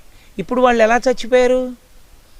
వాళ్ళు చచ్చిపోయింది సామాన్య కారణానికి కాదు, అసలు వాళ్ళని కాల్చింది కొడుకులు కారు, సమంత్రకం కాదు, భయంకరమైన కోపాగ్నికి చనిపోయారు, బ్రాహ్మణ కోపాగ్నికి చనిపోయారు వాళ్ళు. ఇప్పుడు వీళ్ళకి సామాన్యమైన జలములతో తర్పణిస్తే వాళ్ళకి దాహం తీరదు, వాళ్ళ నీళ్లు తాగడానికి వాళ్ళకి అధికారం ఉండదు. అంటే చూడండి, మనిషి బతికుండగా చేసినటువంటి దోషాలు తరువాతి కాలంలో ఎలా కట్టి కుడిపేస్తాయో చూడండి. ఇప్పుడు వాడికి దాహం తీరదు. ఎందుకని? మనకి ఒక నెల్లాళ్లలో ఒక పక్షం అయితే వాళ్ళకి పగలు, ఒక పక్షం అయితే పితృదేవతాలోకానికి వెళ్ళిపోతే కాలమానం మారిపోతుంది. ఒక పగలు ఒక రాత్రి. అమావాస్య తిథి వాడికి పట్టపగలు. ఆ పట్టపగలలో అమావాస్య మధ్యాహ్నం 12 గంటలకి పితృదేవతలు ఇంటి ముందుకు వస్తారు. అందుకే అమావాస్య అండి మధ్యాహ్నం 12ంటికి ఇంటి ముందు వెళ్ళకండి అంటారు. కారణం ఏమిటంటే ప్రతి వాళ్ళ పితృదేవతలు ఇంటి ముందుకు వచ్చి నిలబడి ఆ కొడుకు ఏమైనా పెడతాడేమో అని చూస్తారు. ఏమీ పెట్టకపోతే అమావాస్య నాడు మిట్ట మధ్యాహ్నం 12 గంటలకి యజమాని ఎక్కడుంటాడో అక్కడ లేచి నిలబడి ఇలా అనాలి 3 మాటలు. నేను చెప్పట్లేదు, వేదం చెప్తాను. ఇలా అంటే, నాన్నగారండి నేను ఇవాళ మీకేం చేయలేకపోయాను ఏమనుకోకండి అని. ఇలా కూడా అనకుండా వాడు అన్నం తిని భోగం అనుభవిస్తున్నాడు అనుకోండి, చక్కా పడుకున్నాడు, పితృదేవతలు శపించి వెళ్ళిపోతారు. వాణ్ణి కాదు వాడి బిడ్డల్ని. వంశం మీదకి తగులుతుంది ఆ దెబ్బ. ఇప్పుడు నేను అవన్నీ చెప్పలేను కానీ కష్టం, కానీ మళ్ళీ ఇప్పుడు సమన్వయం చేస్తే శ్రీరామాయణంలో బాలకాండలోనే వస్తుంది, అవన్నీ అహల్యావృత్తాంతంలో వస్తుంది సమన్వయంలో. కాబట్టి కనీసం అమావాస్య నాటి మధ్యాహ్నం 12 గంటలకి పితృతర్పణం చేసి తీరాలి. మాకు ఆఫీస్లో చాలా పెద్ద position, regional audit officer Srinivas Kumar గారు అని ఉన్నారు. ఆయన ఎక్కడికైనా ఇన్స్పెక్షన్స్కి వెళ్ళినా కూడా మధ్యాహ్నం 12 అయ్యేటప్పటికి లాడ్జికి వెళ్ళి పితృతర్పణ చేసి వస్తాడు. ద్రవిడ దేశంలో మధ్యాహ్నం 12 అయ్యేటప్పటికి అమావాస్య నాడు ఎంత పెద్ద పెద్దవాళ్ళు వెళ్ళిపోయి కార్లు దిగి పంచ కట్టుకుని స్నానం చేసి పితృతర్పణ విడిచిపెట్టేసి బొటనవేలు మించి వెళ్ళిపోతారు. మళ్ళీ స్నానం చేసి పితృతర్పణ చేసి తీరాలి అమావాస్య మధ్యాహ్నం 12 గంటలకి. నువ్వు ఏమీ చేయలేకపోతే ఓ పంచ కట్టుకుని ముద్ద తీసుకొచ్చి కాకి కన్నా పెట్టాలి. అసలు ప్రధానం ఏమిటంటే నీరు విడిచిపెట్టడం, జలతర్పణ చెయ్యాలి. వాళ్ళు దాహంతో వస్తారు ప్రధానంగా, అది కొడుకిస్తేనే తీరుతుంది, లేకపోతే తీరదు. అది ఎంఆర్ఓ ఆఫీస్లోనే రేషన్ కార్డు ఇచ్చినట్టు కొడుకు అదొక గొప్ప అధికారం, వాడే పొయ్యాలి ఆ నీళ్లు, ఇతరులు పోస్తే చెల్లదు. కాబట్టి లౌకికాగ్నికి కాలలేదు సగరులు, లౌకికాగ్ని చేత కాలలేదు కాబట్టి వాళ్ళకి తీసుకొచ్చి మీరు భూమండలంలో ఉన్న ఏ నీటిని పోసినా వాళ్ళకి అందదు. అందకపోతే ఏమవుతుంది? జీవుడికి దాహం అంతేనండి, దాహం జీవుడిది. ఇది విడిచిపెట్టాక పితృదేవతా రూపంలో ఉన్న నువ్వు ఇంత గొప్పగా పెంచుకున్నావు నీ పిల్లల్ని, నువ్వు బతికున్నప్పుడు అమావాస్య నాడు మీ నాన్నకు పోయిలే, నీ కొడుకు ఎందుకు పోస్తాడు? వాడు పోయాడు, వాడికి తెలియదు అసలు పొయ్యాలని కూడా, వాళ్ళ నాన్న ఎప్పుడన్నా పోస్తే కదూ. అందుకని ఏడుస్తూ వచ్చి గుమ్మం దగ్గరికి ఏడుస్తూ వెళ్ళిపోతాడు. దాహం నాలుక పిడచకట్టుకుపోతుంది. తద్దినన్నాడు కూడా పెట్టని ధర్మాత్ముడైతే వాడి గురించి చెప్పనేక్కర్లేదు. కాబట్టి ఈ కొడుకు చేయడు, ఎందుకంటే అమావాస్య నాడు ఇవ్వడం తండ్రి అలవాటు చేసుకోలేదు, ఈ కొడుకు ఎక్కడి నుంచి వస్తుంది? కాబట్టి లౌకికాగ్ని చేత మరణించిన వాళ్ళు అయితేనే లౌకికమైన జలములు అంటే భూమి మీద ఉన్న జలముల చేత తర్పణ చేయవచ్చు. లౌకికాగ్నితో కాలిన వాళ్ళు కాకపోతే మామూలుగా తర్పణతో వాళ్ళకి అందదు. వాళ్ళు చచ్చిపోయింది మామూలు అగ్నికి కాల్చబడిన వాళ్ళు కారు, వాళ్ళు మామూలు కారణానికి చనిపోలా, వాళ్ళు అపారమైనటువంటి క్రోధం, కపిల మహర్షి యొక్క కోపాగ్ని జ్వాలలకు మరణించారు. ఇప్పుడు వాళ్ళకి తర్పణ ఎలా ఇస్తాడు? తెలియక అంశుమంతుడు చూడగానే అయ్యయ్యయ్యయ్యో 60,000 మంది పినతండ్రులు ఏకకాలంలో చచ్చిపోయారు, కనీసం వాళ్ళకి తర్పణ ఇవ్వాలి. మిగిలిన కొడుకు నేను ఒకనే, వాళ్ళకి బిడ్డలు లేరు, మిగిలిన వాడెవరు? వాళ్ళకి అన్నగారు అసమంజసుడి కొడుకు అంశుమంతుడు, మా బాబాయిలు కదా నాకెందుకని వెళ్ళిపోలేదు. అంటే పితృకార్యాన్ని ఎంత గౌరవించిందో చూడండి ఈ దేశం. కాబట్టి నేను నీళ్ళు ఇవ్వాలని ముందు గుర్రాన్ని అక్కడ విడిచిపెట్టేసి పరిగెత్తి అక్కడ దగ్గరలో కనపడిన సరోవరంలో నీళ్లు తీసి బొటనవేలు మించి పోస్తున్నాడు. ఇలా వేస్తే ఈశ్వరుడికి, ఇలా పెడితే భిక్ష, ఇలా పెడితే పితృదేవతలకి. మీరు చెయ్యి ఎలా తిప్పారు అన్నదాన్ని బట్టి పెడుతుంది. అదేమిటంటే అంతలా ఉంటుందా అని అనకండి. జంక్షన్లో నిలబడిన పోలీస్ కానిస్టేబుల్ ఇలా అంటే మీరు ఆగుతున్నారా లేదా? ఓ పోలీస్ కానిస్టేబుల్ చేతి గుర్తుకే అంత గొప్ప శక్తి ఉంటే మీరు పితృదేవతలకి దేవతలకి ఇచ్చేటప్పుడు ఈ చెయ్యి తిరిగితే ఎటు వెళ్తుందో అటువైపే పెడతాయి. దానికి అది లక్షణం అంతే, మరి విధానం. పితృదేవతలకి ఇస్తే ఇలా ఇవ్వాలి, భిక్ష పెడితే ఇలా పెట్టాలి. దేవతలకి ఈశ్వరుడికి పూజ చేసేటప్పుడు ఇలా తిరగాలి, అంతేకాని ఇలా పూజలు చేయకూడదు, దోషం అది. ఇలా పూజ లేనే లేదు అసలు, ఇలాగే నమః. మరి ఇంకెందుకు నమః చెప్పడం? నాది కాదు, నా మహ, నాది కాదు అని చెప్పడానికి ఇలా తిప్పివేస్తారు. అసలు చెయ్యే తిరగకపోతే వాడు అదృష్టం, ఎప్పుడు అలవాట్లేదని గుర్తు. కాబట్టి ఇప్పుడు ఆయన గబగబా నీళ్లు తీసుకుని అంశుమంతుడు విడిచిపెడుతున్నాడు. వెంటనే అక్కడికి గరుత్మంతుడు వచ్చాడు. గరుత్మంతుడు వచ్చి, ఎందుకు రావాలి గరుత్మంతుడు? ఆయన చెల్లెలి పిల్లలేగా చనిపోయిన వాళ్ళు, మేనల్లుడు చనిపోయారు. మేనల్లుడి వరసవాడే ఈయన కూడా ఒక రకంగా వచ్చి ఆయన అన్నాడు, నాయనా నువ్వు తొందరపడి నీళ్ళు ఇస్తున్నావు, కానీ అలా ఇస్తే వాళ్ళకి అందదు. సుపర్ణవచనం శ్రుత్వా సోంశుమాన్ అతివీర్యవాన్ త్వరితం భయమాదాయ. ఆయన ఇలాంటి నీళ్లు మీ పితృదేవతలకు అందవురా, అలౌకికమైనటువంటి జలాలు, భూమండలం మీద లేనటువంటి నీళ్లు తేవాలి. ఆ నీళ్లు దివ్యగంగగా ఆకాశంలో వెడుతోంది గంగ. ఆ గంగ భూమి మీదకి రావాలి. ఆ గంగ భూమి మీదకి వచ్చి పాతాళానికి వెళ్ళాలి. పాతాళానికి వెళ్ళి బూది కుప్పల మీద ప్రవహించాలి. ప్రవహిస్తే మీ వాళ్ళ దాహాలు తీరి ఉత్తరగతులకు వెళ్ళిపోతారు. దాహం తీరి పునర్జన్మ కాదు, స్వర్గలోకానికి వెళ్ళిపోతారు గంగ తగిలితే. గంగ తగిలితే చాలు, బిందువు, గంగ కాదు, గంగ బిందువు శరీరానికి తగిలితే చాలు, అంత శక్తి. కాబట్టి గంగని తీసుకురావాలి. ఇప్పుడు ఆ పనిందుకు కానీ గుర్రాన్ని తీసుకుని వెళ్ళిపో అంటే, తరితం హయమాదాయ పునరాయాన్ మహాయశాహ. వీడు మహోత్సాహవంతుడు కాదు, అంశుమంతుడు. పెద్దలు చెప్పిన మాట వింటాడు. ఓ, మనం లౌకిక జలములతో ఇస్తే పితృదేవతలకి తర్పణ అందదు. ఎందుచేత అంటే వీళ్ళు గొప్ప బ్రాహ్మణ కోపాగ్నికి మరణించారు. కాబట్టి గంగావతరణం చేయించాలి అని గుర్రాన్ని పట్టుకుని వెళ్ళిపోయి. ఇక్కడ మీకు అనుమానం రావచ్చు, మరి మైలు రాలేదా అండి అని. అంటే ఇలాంటి అనుమానాలే ఉంటాయి. ముందు రక్షాబంధనం కట్టుకుంటారు యజ్ఞం చేసినప్పుడు. ఒకసారి దీక్ష తీసుకున్నప్పుడు చేతికి రక్షాబంధనం ఉంటే ఇక వాడు ఏదైనా సరే వినకూడని శుభవార్త విన్నా ఇక వాడికి అశౌచం రాదు. వాడు మళ్ళీ ఆ రక్షాబంధనం విడిచిపెడితేనే అశౌచం. అందుకని యజ్ఞం చేసినప్పుడు రక్షాబంధనాన్ని సమంత్రకంగా కట్టేస్తారు. కట్టేస్తే అది ఉన్నంతసేపు ఇక వాడికి అశౌచం లేదు. అందుకని ఆ రక్షాబంధనానికి అశౌచం తెచ్చుకునే పనులు చేసుకోకూడదు. మళ్ళీ దీక్ష నియమం అందుకు పాటిస్తారు. ఇప్పుడు ఆ రక్షాబంధనం ఉంది కాబట్టి యజ్ఞ దీక్షితుడు కనుక సగర చక్రవర్తికి లేదు. అంశుమంతుడు కూడా దీక్షా కంకణంతో ఉన్నాడు కనుక దీనికి నియమపాలనం వరకు ప్రధానంగా ఉండవలసింది సగర చక్రవర్తికి. ఇప్పుడు ఈ గుర్రాన్ని తీసుకుని ఇంటికి వెళ్ళిపోయాడు. సగర చక్రవర్తి విన్నాడు 60,000 మంది కొడుకులు బూది కుప్పలైపోయారని. కానీ అశౌచం లేదు. అందుకని యజ్ఞాన్ని పూర్తి చేసేసాడు. పూర్ణాహుతి అయిపోయింది, యజ్ఞం అయిపోయింది. అంతఃపురానికి వచ్చాడు, బాధపడ్డాడు. 60,000 మంది కొడుకులు ఒక్కసారి పోయారని బాధ కాదు, జాతస్య హి ధ్రువో మృత్యు, వెళ్ళిపోతారు. కానీ వీళ్ళు బ్రాహ్మణ కోపాగ్నికి చచ్చిపోయారు కాబట్టి ఇప్పుడు లౌకిక జలాలతో తర్పణ లేదు. లౌకిక జలాలతో తర్పణ లేదు కాబట్టి వీళ్ళు దాహార్తితో కొట్టుకుంటూ అలా తిరుగుతూ ఉంటారు. అది చాలా భయంకరమైనటువంటి విషయం అండి. ఎందుకంటే లోకంలో కొన్ని మీరు వేదాంతర్భాగమైన విషయాలు కొన్ని వింటే ఆశ్చర్యపోతారు. ఏం చేశారన్నది కాదు, ధర్మాన్ని వదిలిపెట్టేసినటువంటిది చేసేసుకుంటూ వెళ్ళిపోయారనుకోండి. మీరు ధర్మం లేదు అందులో, చేయడం చేసాడు ఏదో. అప్పుడు ఏం చేస్తారంటే వాడిని ఎక్కడికి తీసుకొస్తారో తెలుసా అండి?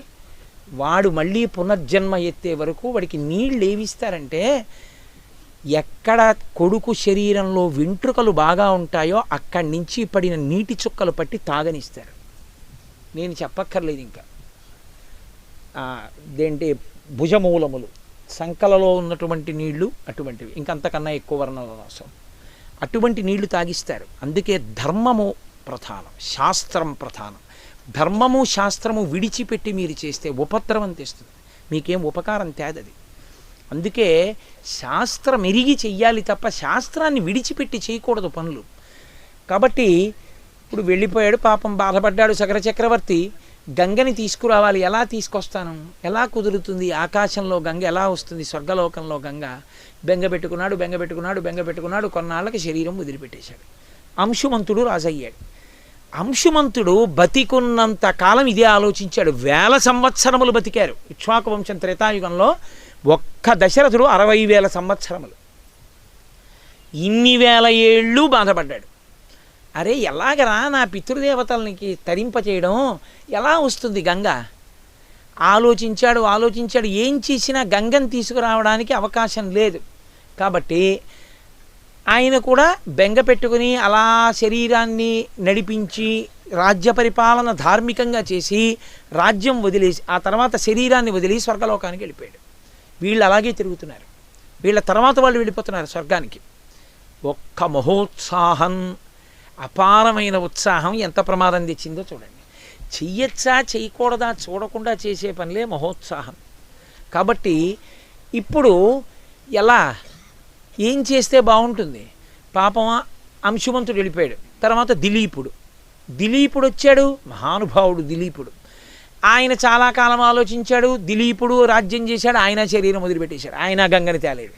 వంశంలో తర్వాత వాళ్ళు వస్తున్నారు వెళ్ళిపోతున్నారు, గంగా అవతరణం లేదు.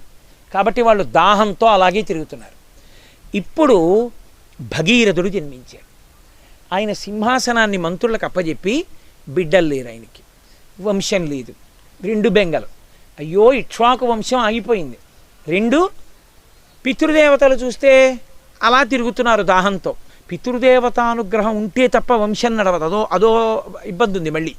అందుకని నేను ఎలాగైనా సగరుల్ని తరింప చెయ్యాలని ఆలోచించాడు. అంటే మనం నిజానికి ఒక్క తద్దినం పెట్టడానికి అలోమని ఏడుస్తాం. నిజంగా పితృకార్యానికి ఎంత జాగ్రత్త ఇచ్చారో, ఎంత జాగ్రత్తగా బతికారో, ధర్మవైక్లభ్యం కలగకుండా దేవతారాధన, పితృదేవతారాధన ఎంత గొప్పగా చేశారో సనాతన ధర్మంలో. అసలు వింటుంటేనే రామాయణం పులకరింతలొచ్చి మనం ఇలా బ్రతకాలన్నమాట అనిపిస్తుంది. కాబట్టి ఇప్పుడు భగీరథుడు గోకర్ణ క్షేత్రానికి వెళ్ళాడు. బొటనవేలు మీద నిలబడి కొన్ని వేల సంవత్సరములు ఊర్ధ్వబాహు పంచతపాహ మాసాహారో జితేంద్రియ తస్య వర్ష సహస్రాణి ఘోరే తపసి తిష్ఠిత. ఊర్ధ్వబాహు ఇలా 2 చేతులు పైకెత్తి పెట్టి, అదేం తేలికనుకుంటారు, ఇలా పెడితే బాగానే ఉంటుంది, ఓ పావుగంట పెట్టండి తెలుస్తుంది. ఇవన్నీ లాగేస్తాయి. 2 చేతులు పైకెత్తి పంచాగ్నిహోత్ర తపస్సు చేశాడు. అంటే 4 వైపులా అగ్నిహోత్రాన్ని పెట్టుకుంటారు. కళ్ళు ఇలా సూర్యుడినే చూస్తారు. అంటే అసలు ఆ కళ్ళు ఎంత బడలిపోతాయి. నిలబడింది కాలి బొటన వేలు మీద నిలబడ్డాడు. నెలకి ఒక్కసారి ఆహారం తినేవాడు. అంత ఘోరమైన తపస్సు చేశాడు బ్రహ్మగారి కోసం. అంత గొప్ప తపస్సు చేసి 1000 సంవత్సరములు చేశాడు. చేస్తే ఎవరి కోసం? తన కోసం కాదు, పితృదేవతల్ని తరింప చేయడం కోసం. చతుర్ముఖ బ్రహ్మగారు దేవతలతో కలిసి హంసవాహనం మీద వచ్చాడు.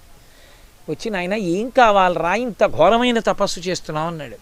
మహానుభావ, నాకు 2 కోరికలు. ఒకటి, ఇక్ష్వాకు వంశం ఆగిపోకుండా తంతువుగా నడవాలి. ఎప్పుడూ మా వంశంలో మగపిల్లల కోసం బెంగే, ఇక ముందు ఆ బెంగ ఉండకూడదు, నా వంశం నడవాలి. తథాస్తు. నీకు బిడ్డలు జన్మిస్తారు, ఇక్ష్వాకు వంశం అప్రతిహతంగా నడుస్తుంది. ఇంకేం కావాలి? మా పితృదేవతలు పూర్వం మాకు ముందు పడిపోయిన పితరులు, కనీసం వాళ్ళకి ఉదకం కూడా లేదు, లేక దాహంతో తిరుగుతున్నారు సగరులు 60,000 మంది. వాళ్ళని తరింప చేయడానికి గంగని విడిచిపెట్టు పైనుంచి కిందకన్నాడు. ఆయన అన్నాడు, గంగాయాః పతనం రాజన్ పృథివీన సహిష్యతి తాం వై ధారయితుం శూలినాన్యం పశ్యామి శూలినః నాహం పశ్యామి శూలినః.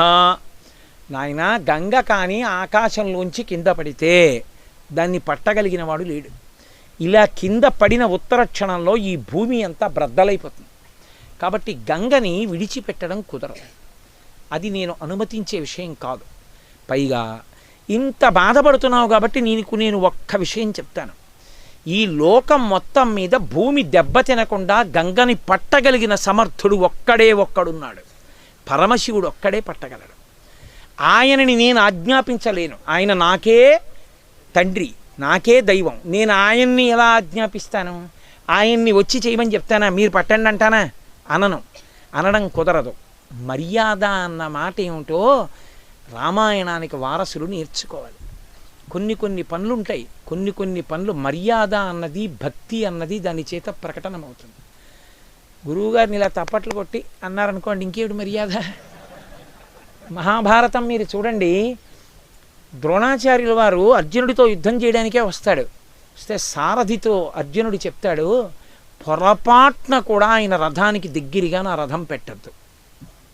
ఎప్పుడూ కూడా ఆయన రథానికి ఎడం వైపు నుంచి నా రథాన్ని తిప్పద్దు. గురువుగారు ఎప్పుడూ ఎడం వైపు ఉండకూడదు. ఆయన పూజనీయుడు కనుక ఆయన ఎప్పుడు నా కుడి భుజం వైపుకే ఉండాలి రథం తిరిగేటప్పుడు. ఆయన ఒక బాణం వేస్తే నేను ఒక బాణమే వేస్తా, ఆయన 2 బాణాలు వేస్తే నేను 2 బాణాలు వేస్తా. ఆయన నన్ను దాటి వెళ్ళిపోవాలి తప్ప పౌరుషంగా ఆయన్ని దాటి నేను వెళ్ళను. చాలా జాగ్రత్త సుమా, గురువుగారు ఎదురుగుండా ఉన్నంతసేపు ఆయన నా నడవడి చేత ప్రీతి చెందేటట్టుగా నడుపు రథాన్ని, అంతేకాని నాకు గాంధీవం చేతిలో ఉందని నీ ఇష్టం వచ్చినట్టు నడిపించకు. నా గురువుకు ఆయుధం అక్కర్లేదు. ఆయన కోపించి చూసి ఒక మాట అంటే చాలు, ఆ స్థితి తేకని చెప్తాడు.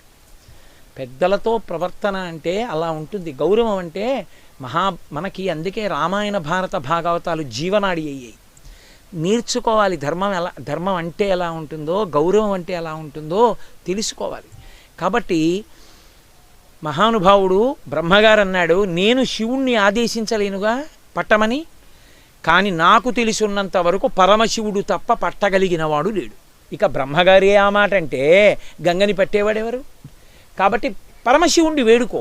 ఒకవేళ ఆయన ఒప్పుకున్నాడు అనుకో, ఆయన పట్టుకుంటానంటే నాకేం అభ్యంతరం, వదిలిపెడతాను. ఇప్పుడు మళ్ళీ పరమశివుడు ప్రత్యక్షం అవ్వాలి. ఏం మాటలా? అప్పటికి 1000 ఏళ్ళు బొటనవేలు మీద నిలబడి తపస్సు చేశాడు పంచాగ్నిహోత్రం. వెళ్ళలేదు అంతఃపురానికి. అక్కడి నుంచి గోకర్ణం వచ్చి, అందుకే గోకర్ణం గొప్ప తపస్సిద్ధి ఇవ్వగలిగినటువంటి ప్రదేశం. అంత పుణ్య ప్రదేశాల్లో గోకర్ణం ఒకటి. దక్షిణ దేశంలో గోకర్ణం లాంటి క్షేత్రం చాలా అరుదు. అద్భుతమైన క్షేత్రం గోకర్ణం. కాబట్టి అక్కడికి వెళ్ళి పరమశివుడి గురించి మళ్ళీ తపస్సు మొదలుపెట్టాడు. అబ్బో, మళ్ళీ ఘోరమైన తపస్సు చేశాడు. చేస్తే పరమేశ్వరుడు ప్రత్యక్షమయ్యాడు. ప్రత్యక్షమయ్యి ఆయన అన్నాడు, నీకేం కావాలి అని అడగలేదు. ప్రీతస్తేహం నరశ్రేష్ఠ కరిష్యామి తవా ప్రియం శిరసా ధారయిష్యామి శైలరాజసుతామహం. ఆయన అన్నాడు, నీ తపస్సుకి ప్రీతి చెందాను. ఓ భగీరథుడా, గంగ హిమవంతుని యొక్క పెద్ద కూతురు. పెద్ద కూతురైనటువంటి గంగ ఊర్ధ్వలోకాల్లో ప్రవహిస్తోంది. ఆమెని వదిలిపెట్టమను, నేను పట్టుకుంటాను అంటే ఆయన అన్నాడు, ఎక్కడ నిలబడతారు మీరు పట్టుకోవడానికి అన్నాడు. హిమాలయ పర్వతాల మీదకి వచ్చి బిందు సరోవరం దగ్గర నిలబడతాను.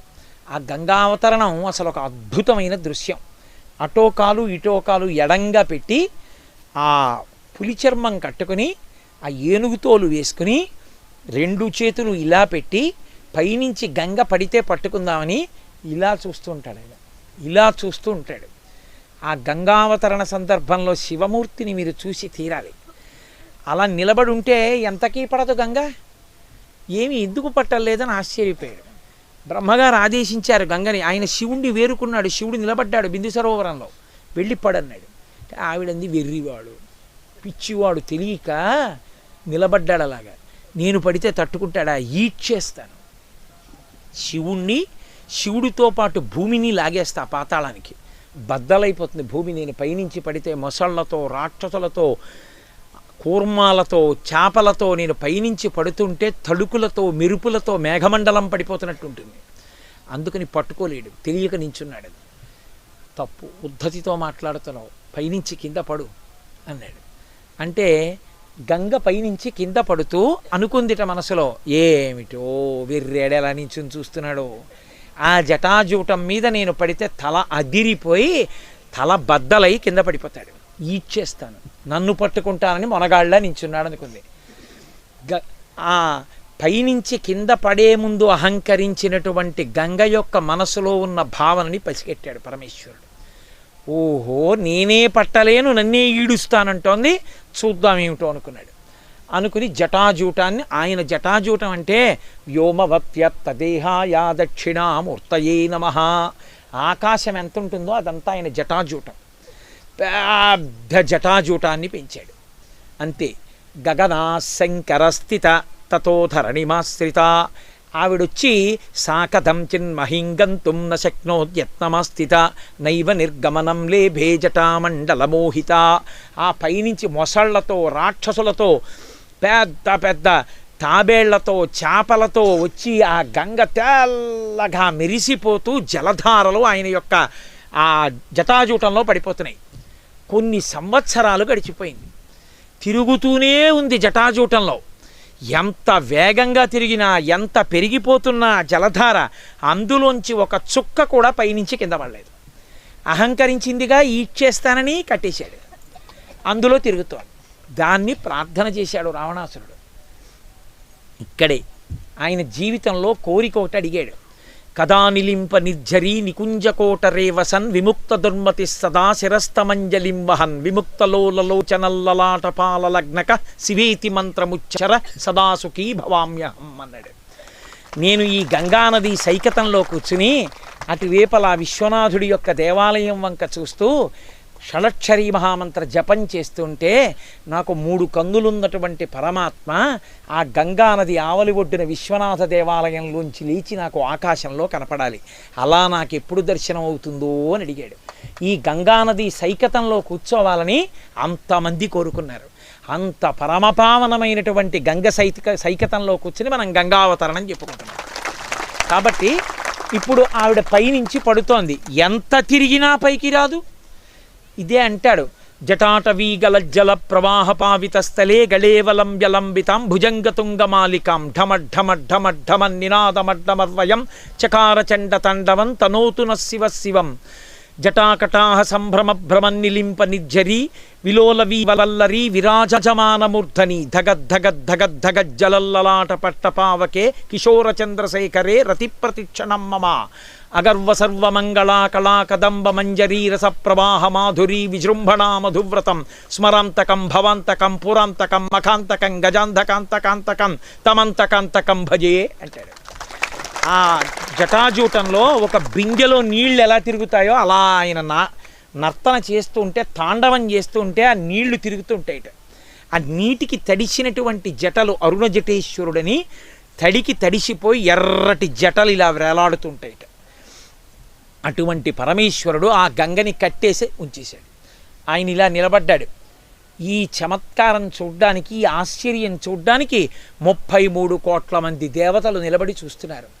ఏమీ ఆశ్చర్యం రా, ఇలా పడిపోతోంది గంగా, ఒక చుక్క కింద పట్టలేదు, కట్టేశాడు పరమేశ్వరుడు.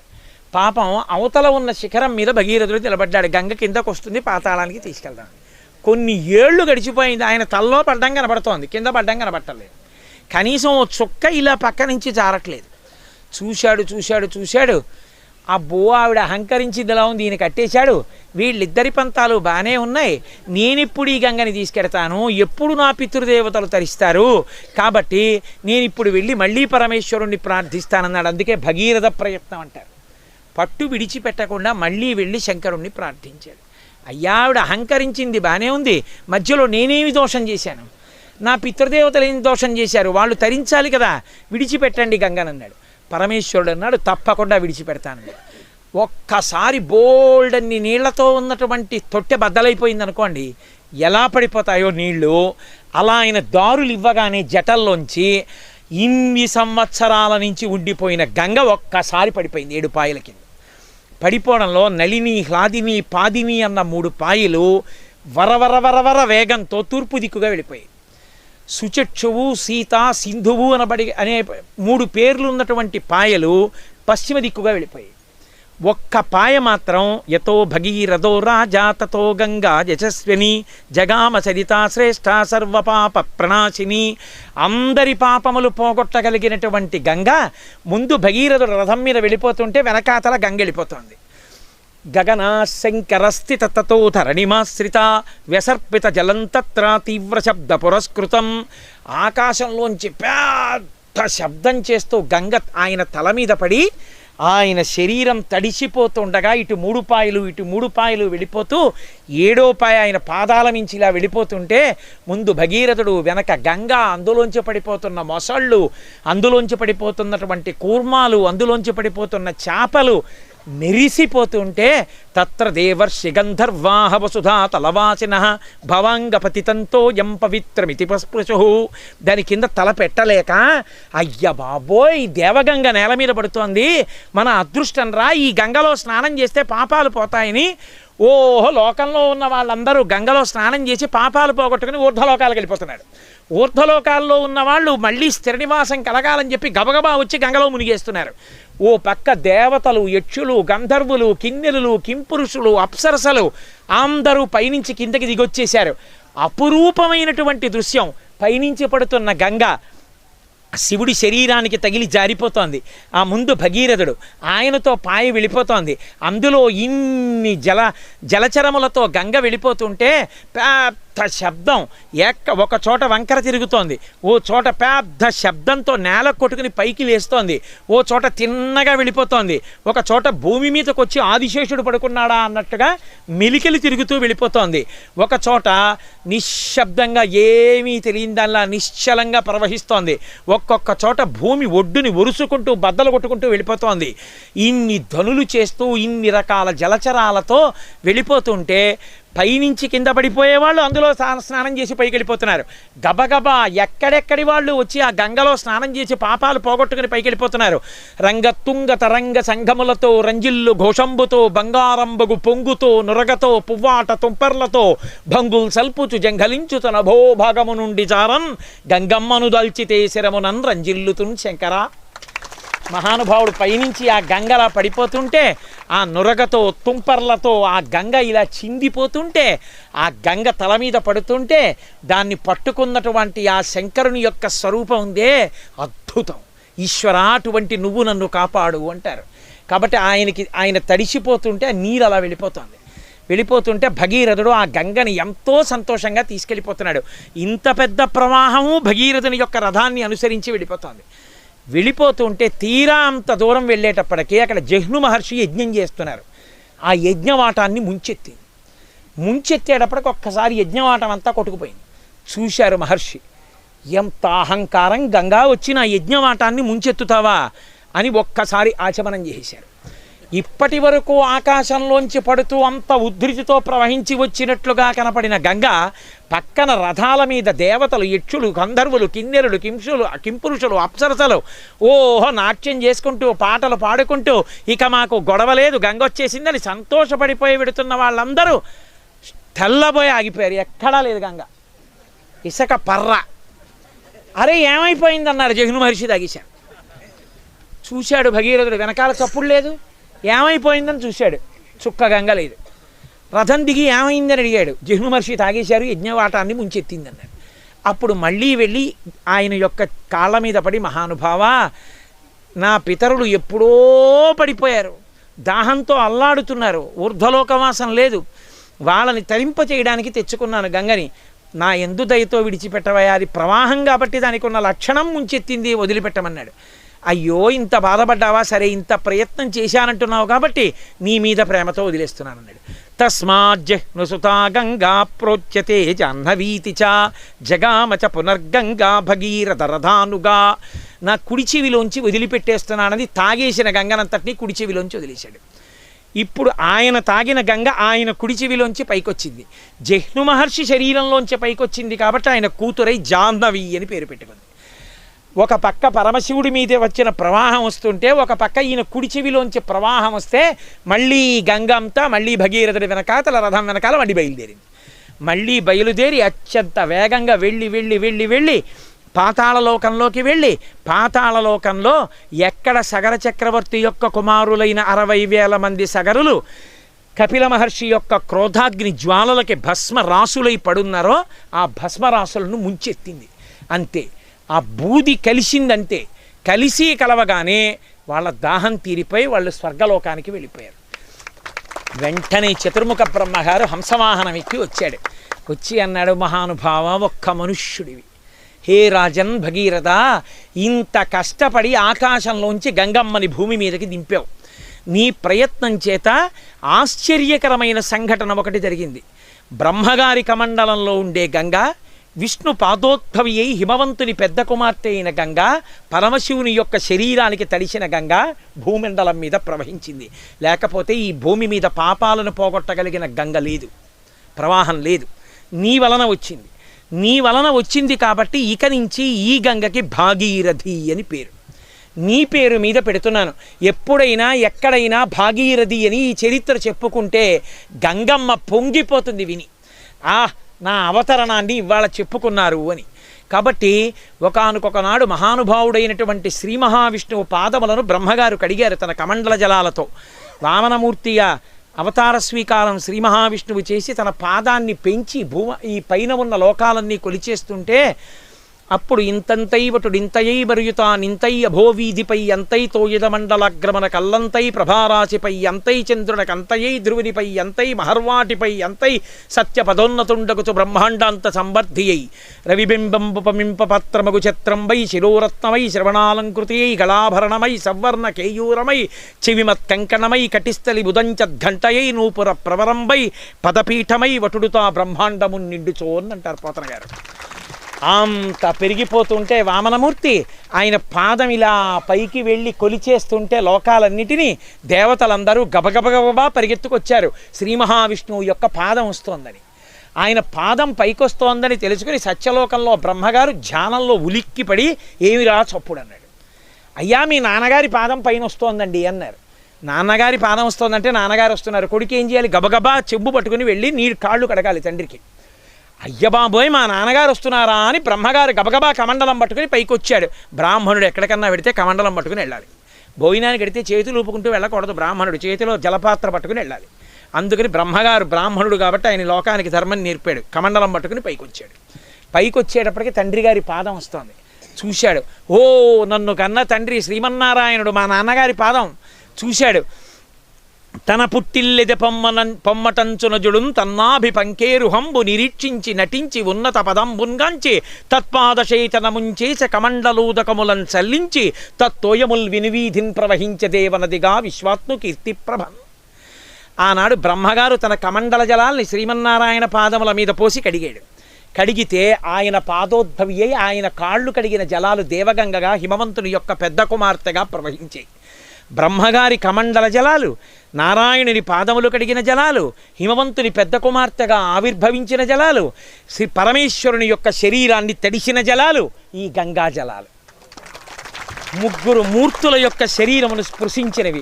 ఏ మహానుభావుడు భవుడో, ఏ మహానుభావుడు హరుడో, ఏ మహానుభావుడు శంకరుడో, ఎవరు సదాశివుడో అటువంటి ఆయన శరీరాన్ని ఆపాదమస్తకం తాకి వచ్చిన గంగ. అందుకే గంగని ముట్టుకుంటే చాలు. భగవద్గీత కించిదీత గంగాజలలవ కణికాపీత సకృతపియేన మురారి సమర్చ క్రియతే తస్య యమేన నచర్చ అన్నారు శంకర భగవత్పాదులు. రోజు అక్కర్లేదు, జీవితంలో ఒక్క మాట ఎవడైనా గంగలో ఒక్క చుక్క ఇలా నోట్లో వేసుకుంటే వాడు ఖాయంగా ఉత్తమగతులు పొందుతాడు. గంగా జలములకు ఆ శక్తి ఉంది. అందుకే సనాతన ధర్మానికి అంతటికీ కూడా జీవనాడి గంగా నది. వేదంలో స్మృతులు ఒక మాట చెప్తాయి, మిగిలిన నదులలో మజ్జనము చేస్తే అంటే తలముంచి స్నానం చేస్తే ఫలితం. గంగానది విషయంలో స్నానం వరకు కూడా వెళ్ళక్కర్లేదు. స్నానానికి కూడా రాలేకపోతున్నానే అన్న ఆర్తి ఉన్నవాడు గంగానది గంగానది గంగానది అన్నాడు అనుకోండి, వాడికి గంగానది స్నాన ఫలితం వేసేస్తారు. అందుకే సనాతన ధర్మంలో ఇప్పటికీ కూడా స్నానం చేస్తే ఆ నీళ్లు నేను పంపులో పట్టుకున్న నీళ్లు స్నానం చేస్తున్నానని చేయరు.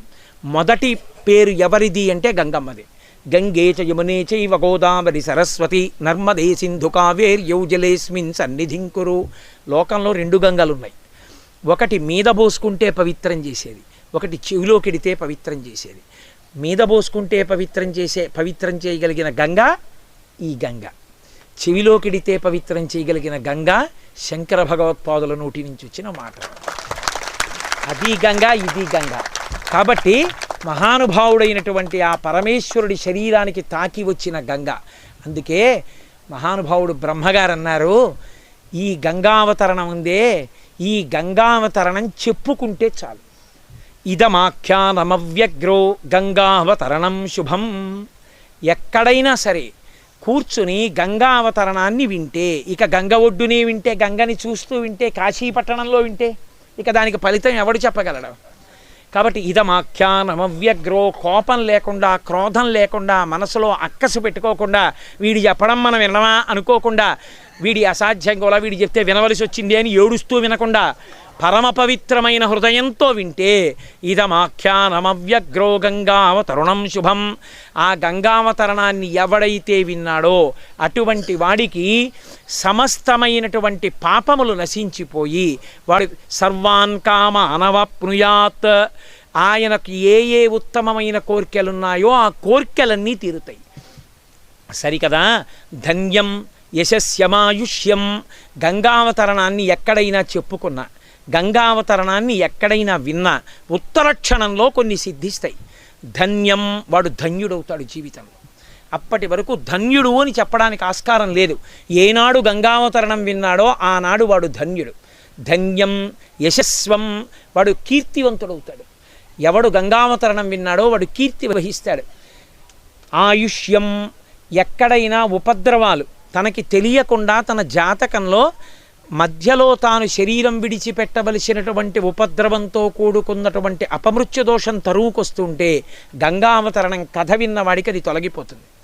పుత్రం స్వర్గమతీవచ, కొడుకులు పుడతారు. ఉన్న కొడుకులకి అపమృత్యు దోషం లేకుండా దీర్ఘాయుష్మంతులై పుత్రపౌత్రాదులతో సంతోషంగా ఉంటాడు. ఈ శరీరం పడిపోయిన తరువాత తప్పకుండా స్వర్గలోకాన్ని చేరుకుంటాడు. స్వర్గమతీవచ. అందుకే యశ్రావయతి విప్రేషు, బ్రాహ్మణుడైనటువంటి వాణ్ణి చక్కగా ఆ గంగావతరణాన్ని పరమ భక్తితో చెప్పేటటువంటి వాణ్ణి తెచ్చి ఉన్నతాసనం మీద కూర్చోబెట్టుకుని బ్రాహ్మణులు మిగిలినటువంటి యశ్రావయతి విప్రేషు క్షత్రియేష్వితరేషు చ, మహారాజులు కానీ బ్రాహ్మణులు కానీ ఇతరులు కానీ ఎవరైతే గంగావతరణాన్ని పరమ భక్తి శ్రద్ధలతో విని సంతోషిస్తున్నారో అలా విన్న ఉత్తర క్షణంలో ఒకటి జరుగుతుంది. ఇంతకాలం అమావాస్య నాడు జలతర్పణ చేయకపోయినా, తద్దినాలు పెట్టకపోయినా, నా ఉద్దేశం మానేసి గంగావతరణం వినమని కాదు, తెలియక పొరపాటు జరిగితే ఇది విన్న ఉత్తర క్షణంలో ప్రియంతే పితరస్తస్య, పితృదేవతలు ఎంతో సంతోషపడిపోతారట. మా వాడు గంగావతరణం విన్నాడు రా, ఇవాళ పరమశ్రద్ధతో ఇవాళ మా వాడు గంగకి నమస్కరించాడు రా అని పొంగిపోతారట. ప్రియంతే పితరస్తస్య ప్రియంతే దైవతాని చ, 33 కోట్ల మంది దేవతలు సంతోషిస్తారట గంగావతరణాన్ని వింటే. అందుకని ఇటువంటి పరమ పవిత్రమైనటువంటి ఆఖ్యానమును ఎవడు విన్నాడో వాళ్ళందరూ ధన్యులు. కాబట్టి ఆ గంగావతరణాన్ని ఎక్కడో కూర్చుని చెప్పి అబ్బా మనం ఇక్కడే ఉన్నామని సంతోషం కలిగినా కళ్ళ ముందు గంగ లేకుండా చెప్పడం ఎందుకు, గంగ ఒడ్డునే కూర్చుని చెప్పుకుంటే. ఈ గంగ ఒడ్డున భాగవతం జరిగింది. ఈ గంగ ఒడ్డునే ఎందరో యజ్ఞయాగాదులు చేశారు. ఈ గంగ ఒడ్డునే ముక్తి మంటపంలో కూర్చుని వ్యాసుడు ప్రతిరోజు శివమహాపురాణాన్ని ప్రవచనం చేశాడు. ఈ గంగ ఒడ్డునే పరీక్షిన్ మహారాజు గారు ఒకానొక నాడు ప్రాయోపవేశం చేశాడు. చేసి అమ్మా అని పిలిచిన నరు పొమ్మా అని ముక్తి కడకు బుత్తువట, లెమ్మా నీ రూపముతో రమా నాకెదురంగ గంగ రమ్యతరంగా అని అడిగాడు. అమ్మా అంటే చాలుట. అందుకే మీరు చూడండి, గోదావరమ్మ యమునమ్మ అనరు, గంగమ్మ అంటారు. గంగ ఈ జాతి జీవన స్రవంతిలో తల్లి స్థానాన్ని పొందింది. గంగమ్మ గంగమ్మ అంటాం మనం. పేరు కూడా పెట్టుకుంటుంటారు కొంతమంది, నది పేరు పెట్టుకోకూడదు అనుకోండి. కాబట్టి అమ్మా అని పిలిచిన నరు ఎవరైనా ఆవిడ దగ్గరికి వెళ్ళి అమ్మా అని ఒకసారి గట్టిగా అంటే చాలట, వెంటనే ఆవిడ అందుట పొమ్మా అని ముక్తి కడకు బుత్తువట, పోరా ఇచ్చేశాను పాపాలన్నీ నేను తీసేసుకున్నానులే అని మోక్షానికి పంపించేస్తుందట. పొమ్మా అని ముక్తి కడకు బుత్తువట, లిమ్మా నీ రూపముతో మా నీటి ప్రవాహంగా చూస్తున్నాను, ఒక్కసారి నీ రూపంతో పైకి లేవా. హరిద్వార్లో ఉంటుంది మొసలి మీద కూర్చుని తల్లి, ఎంత గొప్పగా ఉంటుందో ఆ మూర్తి. నేను ప్రత్యేకం అద్భుతమైన ఆ మూర్తి రూపాన్ని తెప్పించుకుని మా ఇంట్లో పెట్టుకున్నాను కూడా, అప్పుడప్పుడు చూసి సంతోషిస్తూ ఉంటాను. కాబట్టి ఆ తల్లి లెమ్మా నీ రూపముతో రమ్మా నాకెదురంగ గంగ రమ్యతరంగ, ఒక్కసారి ఆ రమ్యతరంగములు కలిగిన తల్లి ఒక్కసారి లేచి రావా నాకు ఎదురుగుండా అని అడుగుతారు. మనకి శాస్త్రంలో ఒక మాట చెప్తారు, గంగా నది గంగా నది గంగా నది ఎనుచు రే పడక మేల్కొనుచో గంగ నుతియించునెవ్వడు భంగించునతని సమస్త పాపక చెయ్యమున్. ఎవరైనా సరే నిద్ర లేవగానే మంచం మించి కాలు కింద పెట్టే ముందు గంగా నది గంగా నది గంగా నది అన్నాడు అనుకోండి, ముందు లేస్తుండగానే కళ్ళు తెరుస్తూ 3 మాటలు శ్రీహరి శ్రీహరి శ్రీహరి అనాలి. రాత్రి నిద్రపోయే ముందు శివా శివా శివా అనాలి.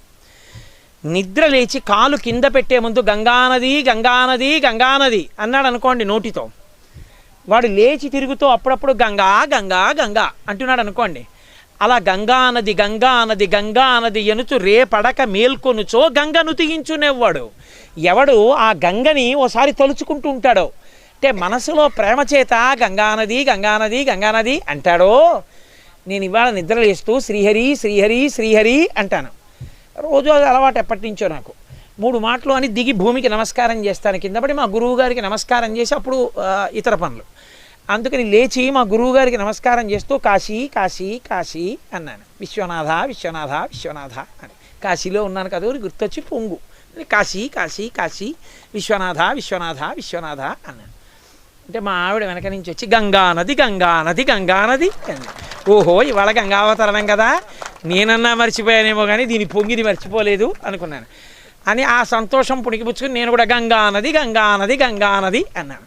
మర్చిపోయావేమో, నిన్న చేసాం స్నానం, మణికర్ణిక మణికర్ణిక మణికర్ణిక అంది. నేను మళ్ళీ మణికర్ణిక మణికర్ణిక మణికర్ణిక అన్నాను.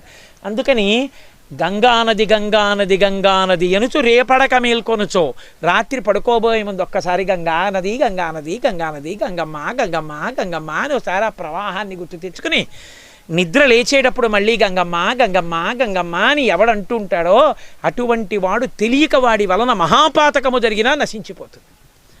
గంగని స్మరించినంత మాత్రం చేత అంత శక్తి. అందుకే గంగ స్నానం ఎక్కడో ఉండి పరమ పవిత్రంగా గంగని ఎప్పుడు ఎవడు భావన చేస్తూ ఉంటాడో, గంగమ్మ మూర్తిని పెట్టుకొని చూసి మురిసిపోతూ ఉంటాడో, గంగని తలుచుకుని ఎప్పుడు స్నానం చేస్తానా అని అనుకుంటూ ఉంటాడో వాడికి ఆ క్షణంలోనే గంగా స్నాన ఫలితం వేసేస్తారు. అంత గొప్ప నది, మొత్తం నదుల మీద గంగ ఒక్కతే. అందుకే గంగా నదికి త్రిపథగా అని పేరు. 3 లోకములలో ప్రవహించిన ఏకైక నది గంగా నది. స్వర్గలోకంలో ప్రవహిస్తుంది, భూలోకంలో ప్రవహిస్తుంది, పాతాళంలో సగరుల యొక్క బూది కుప్పల్ని ముంచెత్తింది. 3 లోకముల యందు ప్రవహించింది కాబట్టి త్రిపథగా అని పేరు. ఇంత గొప్ప గంగానది కాశీపట్టణం దగ్గరికి వచ్చేటప్పటికి ఒక చమత్కారం చేస్తుంది. కాశీపట్టణానికి అంతటికీ ఒక మణిహారం వేసుకున్నట్టుగా సాలంకృత గంగయా, కాశీపట్టణం కాశీధన్యతమా విముక్తి నగరి సాలంకృత గంగయా, కాశీపట్టణం మెళ్ళలో వేసుకున్న హారంలా మెరుస్తుంటుంది. అటువంటి గంగ ఆవిడ వైభవం ఏమిటంటే, బతికున్న నాళ్ళు ఎన్ని తప్పులు చేసిన వాడైనా శవానికి గంగస్పర్శ తగిలినా చాలు అన్నారు. వాడు బతికుండగా చేయలేదు, శవానికి గంగ స్పర్శ తగిలింది, వెంటనే వాడి జీవుణ్ణి ఉద్ధరిస్తారు. ఏ జీవుడు ఆ శరీరంలోంచి వెళ్ళాడో ఆ జీవుణ్ణి ఉద్ధరిస్తారు. శరీరం విడిచిపెట్టిన తర్వాత కొడుకేమైనా చెయ్యాలి తప్ప ఇక ఆ శరీరానికి తగిలితే ఉద్ధరణ ఎక్కడా లేదు, ఒక్క గంగకే ఉంది. గంగమ్మ గంగమ్మే శాస్త్రంలో. అందుకే గంగానదికి స్వయంగా ఒక శక్తి ఉంది, తనంత తాను. శ్రీమన్నారాయణమూర్తికి ఏ శక్తి ఉందో గంగానదికి ఆ శక్తి ఉంది. అందుకే అత్యంత వినయంతో నేను త్రికరణ శుద్ధిగా నిన్ను అడుగుతున్నానమ్మా అని అడగాలి. అందుకే గంగలో స్నానం చేసే ముందు తప్పకుండా శ్లోకం చెప్పి నమస్కారం చెయ్యండి అంటారు పెద్దలు. గంగ దగ్గరికి వచ్చినప్పుడు ఇలా పెట్టి తలకి ఇలా తగలకూడదు, తగలకుండా ఇలా తల మీదకి ఎత్తి చేతులు పట్టుకుని గంగమ్మ వంక చూసి చెప్తారు. మొన్న మనం గంగా స్నానం చేసినప్పుడు చెప్పాం, గంగాజాహ్నవి శంభు సంగమిళితే మౌళౌ నిధాయాంజలిం. అమ్మా నా తల మీద చేతులు పెట్టి నమస్కరిస్తూ నిన్ను అడుగుతున్నాను. నిజమే, జీవితంలో ఎన్నో దోషాలు చేశాను, ఇప్పుడు నీ వైభవం ఏమిటో నాకు అర్థమైంది. అమ్మా నీ అనుగ్రహంతోనే వచ్చాను, నీ ఒడ్డున నిలబడి నిన్నొక్క ప్రార్థన చేస్తున్నాను. ఏమిటో తెలుసా అమ్మా, నీ త్వత్తీరే వపుషో వసాన సమయే నారాయణంఘ్రిద్వయం. నాకు అదృష్టం ఉందా, ఎప్పటికైనా నా ప్రాణం పోయే ముందు నేను మళ్ళీ నీ తీరంలోనే కూర్చుని ఉండాలి. నీ తీరంలో కూర్చుని నీ వంక చూస్తూ శ్రీమన్నారాయణుని యొక్క పాదపద్మములు నా తల మీద పెట్టుకుని ఉన్నట్టుగా నేను భావన చెయ్యాలి. నారాయణాంఘ్రిద్వయం సానందం స్మరతో భవిష్యతి మమ ప్రాణ ప్రయాణోత్సవే. నా ప్రాణములు శరీరమును విడిచిపెట్టి పైకి లేచిపోతుంటే నేను దాన్ని ఉత్సవంగా ఎంతో సంతోషంగా అమ్మయ్యా చేరిపోతున్నాను, గంగ నా ఎదురుగుండా ఉంది, నన్ను ఎందుకు దరితేచ్చదని అమ్మా నీ వంక చూస్తూ శ్రీమన్నారాయణది పాదపద్మములు తల మీద పెట్టుకుని భూయాద్భక్తిరవిచ్యుతా హరిహరద్వైతాత్మికా శాశ్వతి. శివకేశవుల మధ్య భేదము నా జీవితంలో ఒక్క క్షణం కూడా ఉండకూడదు.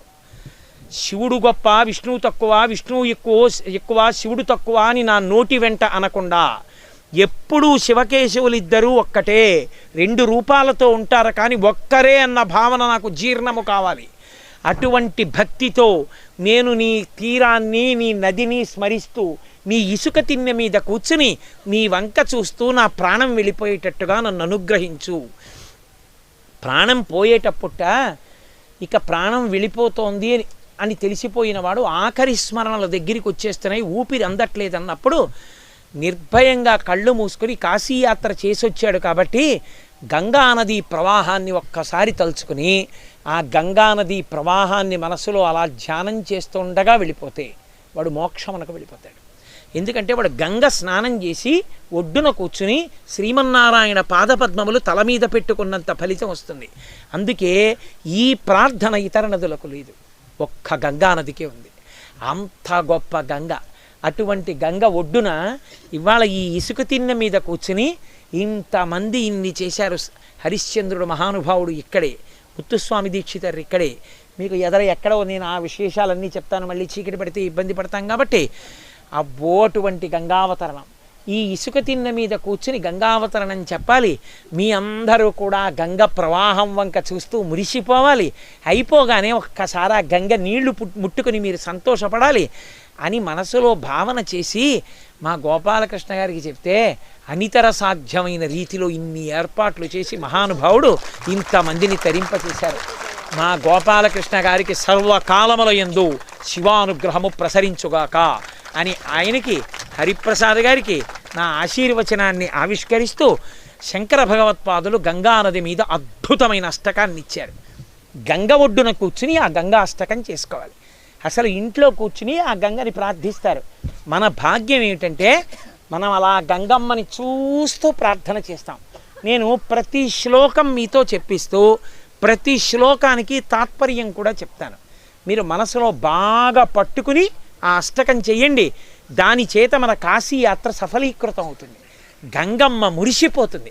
ఊరే ఏదో వచ్చి వెళ్ళిపోవడం కాదురా, వీళ్ళు ఎంత భక్తిగా నా దగ్గర కూర్చున్నారా అని గుర్తు పెట్టుకుని మనందరినీ ఉత్తమగతులకు ఆ తల్లే తీసుకెళ్తుంది.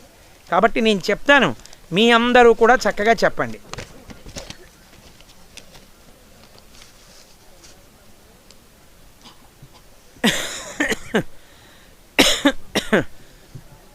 ఈ శ్లోకంలో శంకర భగవత్పాదులు అంటారు, అమ్మా నువ్వు భగవతివి, నీవు పూలదండగా మారి గంగానది శివుని శిరస్సు మీద ఉంటుందిగా, ధ్యానమునందు చూసేవాడికి ఎలా కనపడుతుందంటేట తెల్లని పూలదండ శివుని యొక్క జటాజూటం మీద వేసుకున్నట్టుగా ఉంటుందిట.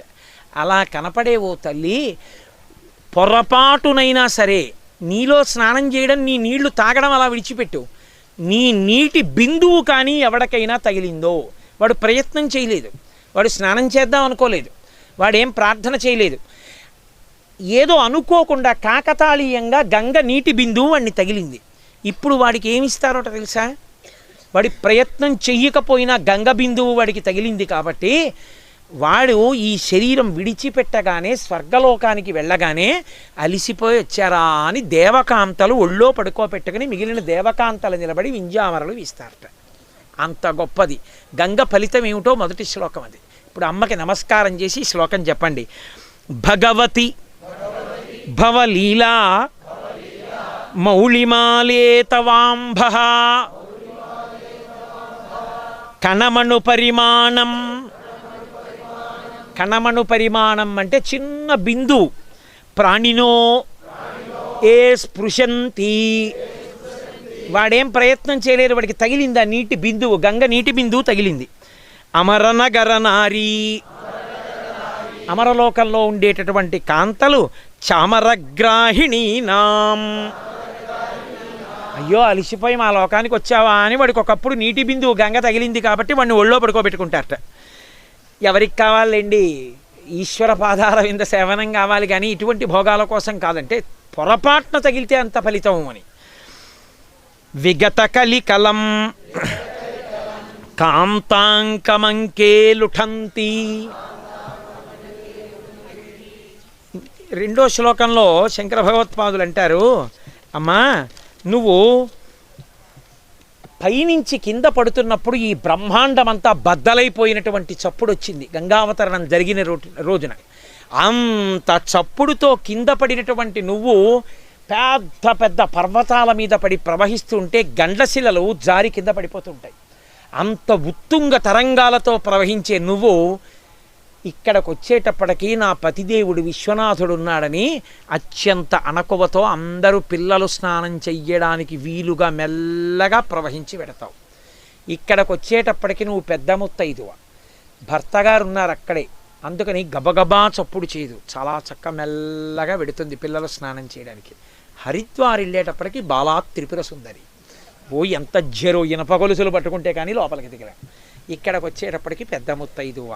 శంకరుల భావన ఎంత గొప్పగా అన్నారో చూడండి. బ్రహ్మాండమును ముక్కలు చేస్తూ శివ జటాజూటమునకు అలంకృతమైన ఓ గంగా, అంత గొప్పగా వెళ్ళి మమ్మల్ని పవిత్రం చేస్తావు. బ్రహ్మాండం ఖండయంతి హరశిరసి జటావల్లి ఉల్లాసయంతి స్వర్లోకా దాపతంతి కనకగిరి గుహాగండ శైలాత్తలంతి క్షోణీపృష్ఠే లుఠంతి దురితచయ మూర్తిభరం భర్తృయంతి పాదోధిం పూరయంతి సురనగర సరిత్పావని నహ పునాతు. ఈ మాటకి శంకరాచార్యుల వారి పాదాల మీద పడిపోవాలి. నేను అందుకే శంకరుల నామం చెప్పండి చెప్పండి చెప్పండి అని ఎందుకంటానో తెలుసా? నా కంఠం పోతోంది ఉపన్యాసాలు చెప్పాలని, నేను అంత గట్టిగా చెప్పలేక కడుపులో ఆరుతున్నా శేషు నా పడవెక్కు అని శేషు చెప్తుంటే పరవశించిపోతాను. ఇంత గొప్ప అష్టకం చెప్పిన శంకరాచార్యులు వారు నేను అన్న మాట వాడలేదు, నహ అన్నారు. నహ అంటే మేము అన్నారు కాబట్టి మనం చదువుకుంటే మనకు అన్వయం అయింది. ఆయనకి అని రాసుకుంటే ఆయనకు అన్వయం అవుతుంది. అరే ఎవరు చదువుకుంటే వాళ్ళు తరించాలరా అని మన కొరకు ఇచ్చారు మహానుభావుడి అష్టకం. అందుకే నేనన్నా గంగ ఎటువంటిదో శంకరుల స్తోత్రాలు అటువంటివి అని. శంకరులే, ఆయన్ని తలుచుకుని నమస్కరించని జన్మ కృతజ్ఞ జన్మ. కాబట్టి పాదోధిం పూరయంతి సురనగర సరిత్పావని నహ పునాతు. నహ అంటే మమ్మల్ని. తర్వాత అంటారు, అమ్మా నీ నదీ జలాలకుండే గొప్పతనం ఏమిటో తెలుసా? ఇక్కడికి వచ్చి ఏనుగులు స్నానం చేస్తుంటాయి. ఏనుగులు స్నానం చేస్తే ఏనుగుల కుంభస్థలాల మీద ఉండేటటువంటి మదజలములు నీ నీటిలో ప్రవేశిస్తాయి. వాటి కోసమని తుమ్మెదలు తిరుగుతూ ఉంటాయి. సద్బ్రాహ్మణులు నీ ఒడ్డున కూర్చుని జపం చేసుకుని సంధ్యావందనాది కార్యక్రమాలు చేసి జలాలు విడిచిపెడతారు.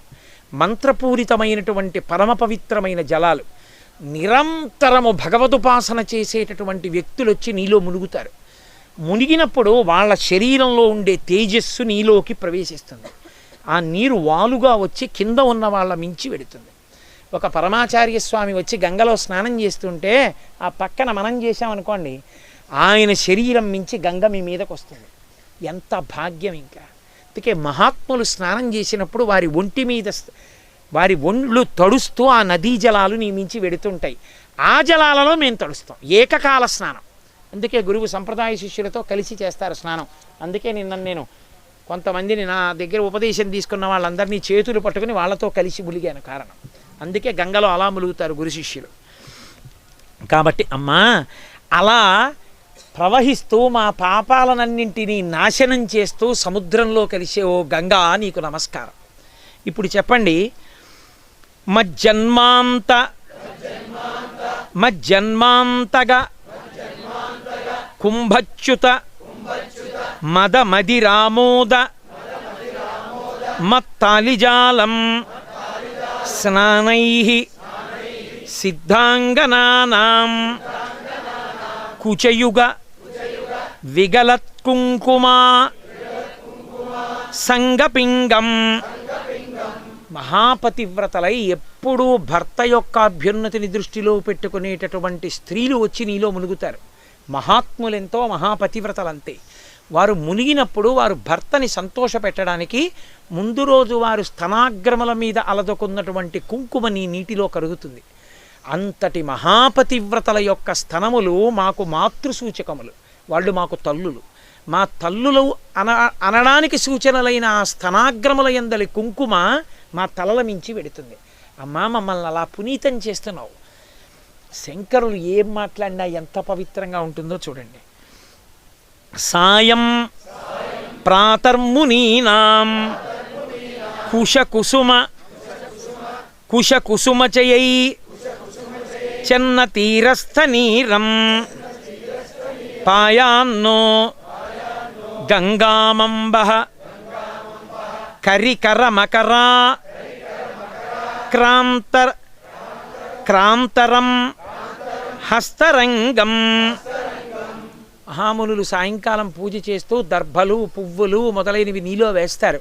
వాళ్ళ చేతులతో భక్తితో పూజ చేసినవన్నీ అందులో కలిసి వెడుతూ మా మీదగా వెడతాయి.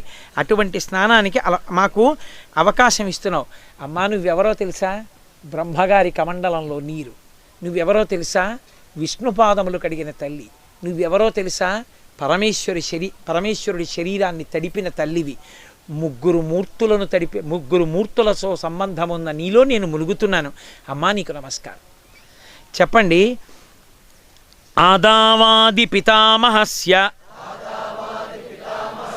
నియమ వ్యాపార పాత్రే జలం పశ్చాత్ పన్నగశాయినో భగవతః పాదోదకం పావనం భూయః శంభుజటా విభూషణ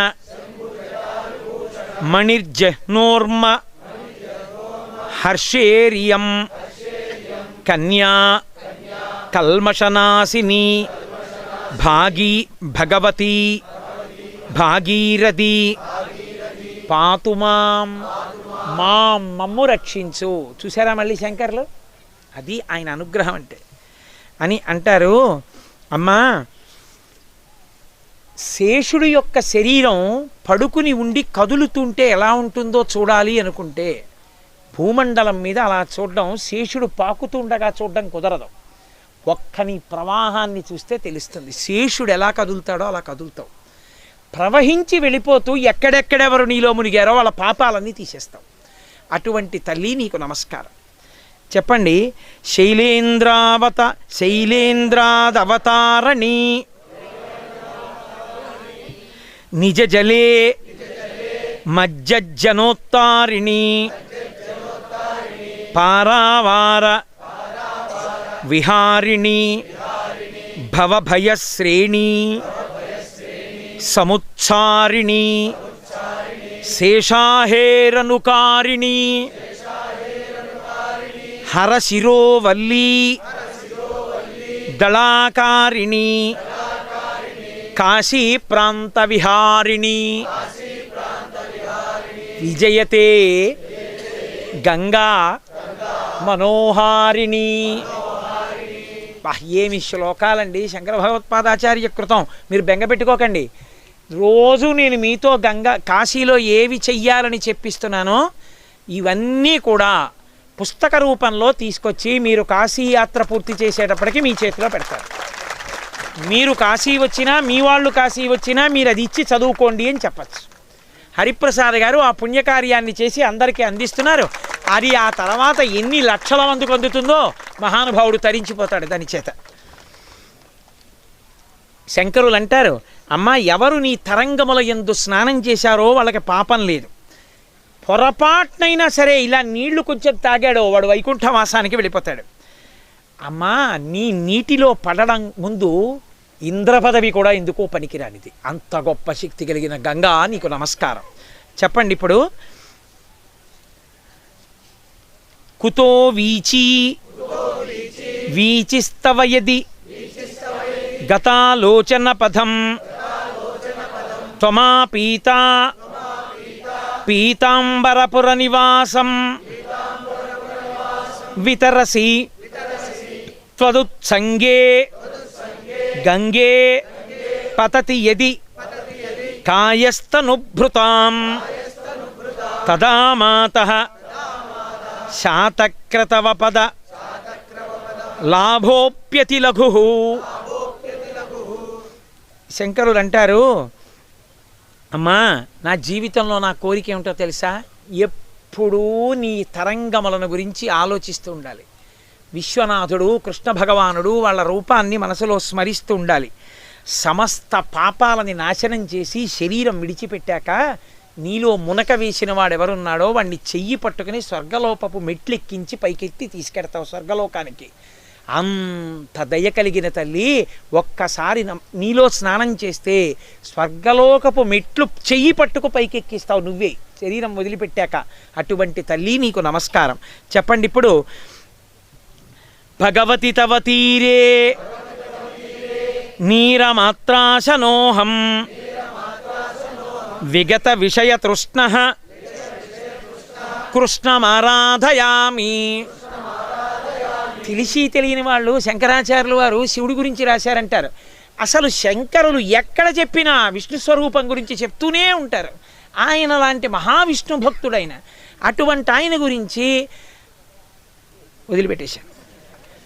సకల కలుషభంగే స్వర్గ సోపాన సంగే తరళ తర తరంగే దేవి గంగే ప్రసీత. అది శాంకరవాంగ్మయానికి ఉన్న గొప్పతనం. ఎక్కడ తరంగం ఉందో మాట అలా ఉంటుంది. తరళ తర తరంగే అంటే తరంగంలాగే ఉంటుంది. మహానుభావుడు. అబ్బో ఇంకా ఏం చెప్పను శంకరుల గురించి, అలా అంటూ ఉండడమే. నేను అలా తిరుణుస్తూనే ఉంటాను. ఏమో నా అంత్యకాలంలో నా ఆఖరి ఊపిరి విడిచిపెట్టేటప్పుడు ఇలా నాకు కనపడి నేను వెళ్ళిపోగలిగితే అంతకన్నా భాగ్యమే ఉంది. తల్లి గంగా జ్ఞాపకం పెట్టుకో.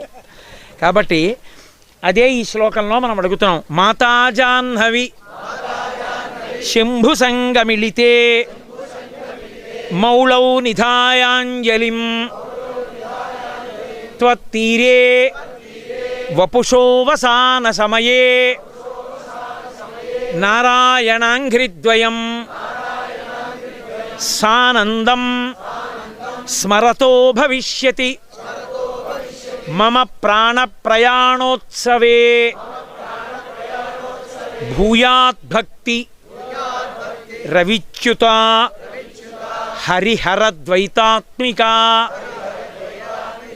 శాశ్వతీ గంగాష్టకమిదం పుణ్యం ఎప్పటేత్ ప్రయతో నరః సర్వపాప వినిర్ముక్తో విష్ణులోకం సగచ్చతి. ఈ గంగాష్టకాన్ని ఎవరు చదువుతున్నారో వాళ్ళందరూ విష్ణులోకాన్ని చేరుకుంటున్నారు. శంకరులు మనకి అభయం ఇచ్చారు. ఇక గంగ ఒడ్డుని కూర్చుని ఈ అష్టకాన్ని చదివి గంగావతరణం విని తరించని వాడెవరుంటాడు? ఇక మనందరం తరించినట్టే. ఇంత గొప్ప అవకాశాన్ని మనకి ఇచ్చినటువంటి గంగమ్మకి, విశ్వనాథుడికి, విశాలాక్షికి, శ్రీ మహావిష్ణువుకి శిరస్సు ఉంచి నమస్కరిస్తూ ఇవాల్టి నా ప్రసంగాన్ని పూర్తి చేస్తున్నాను. మన యాత్ర ధన్యమైంది. ఇంత కష్టపడి వచ్చినందుకు అమ్మవారు మన్ని అనుగ్రహించింది.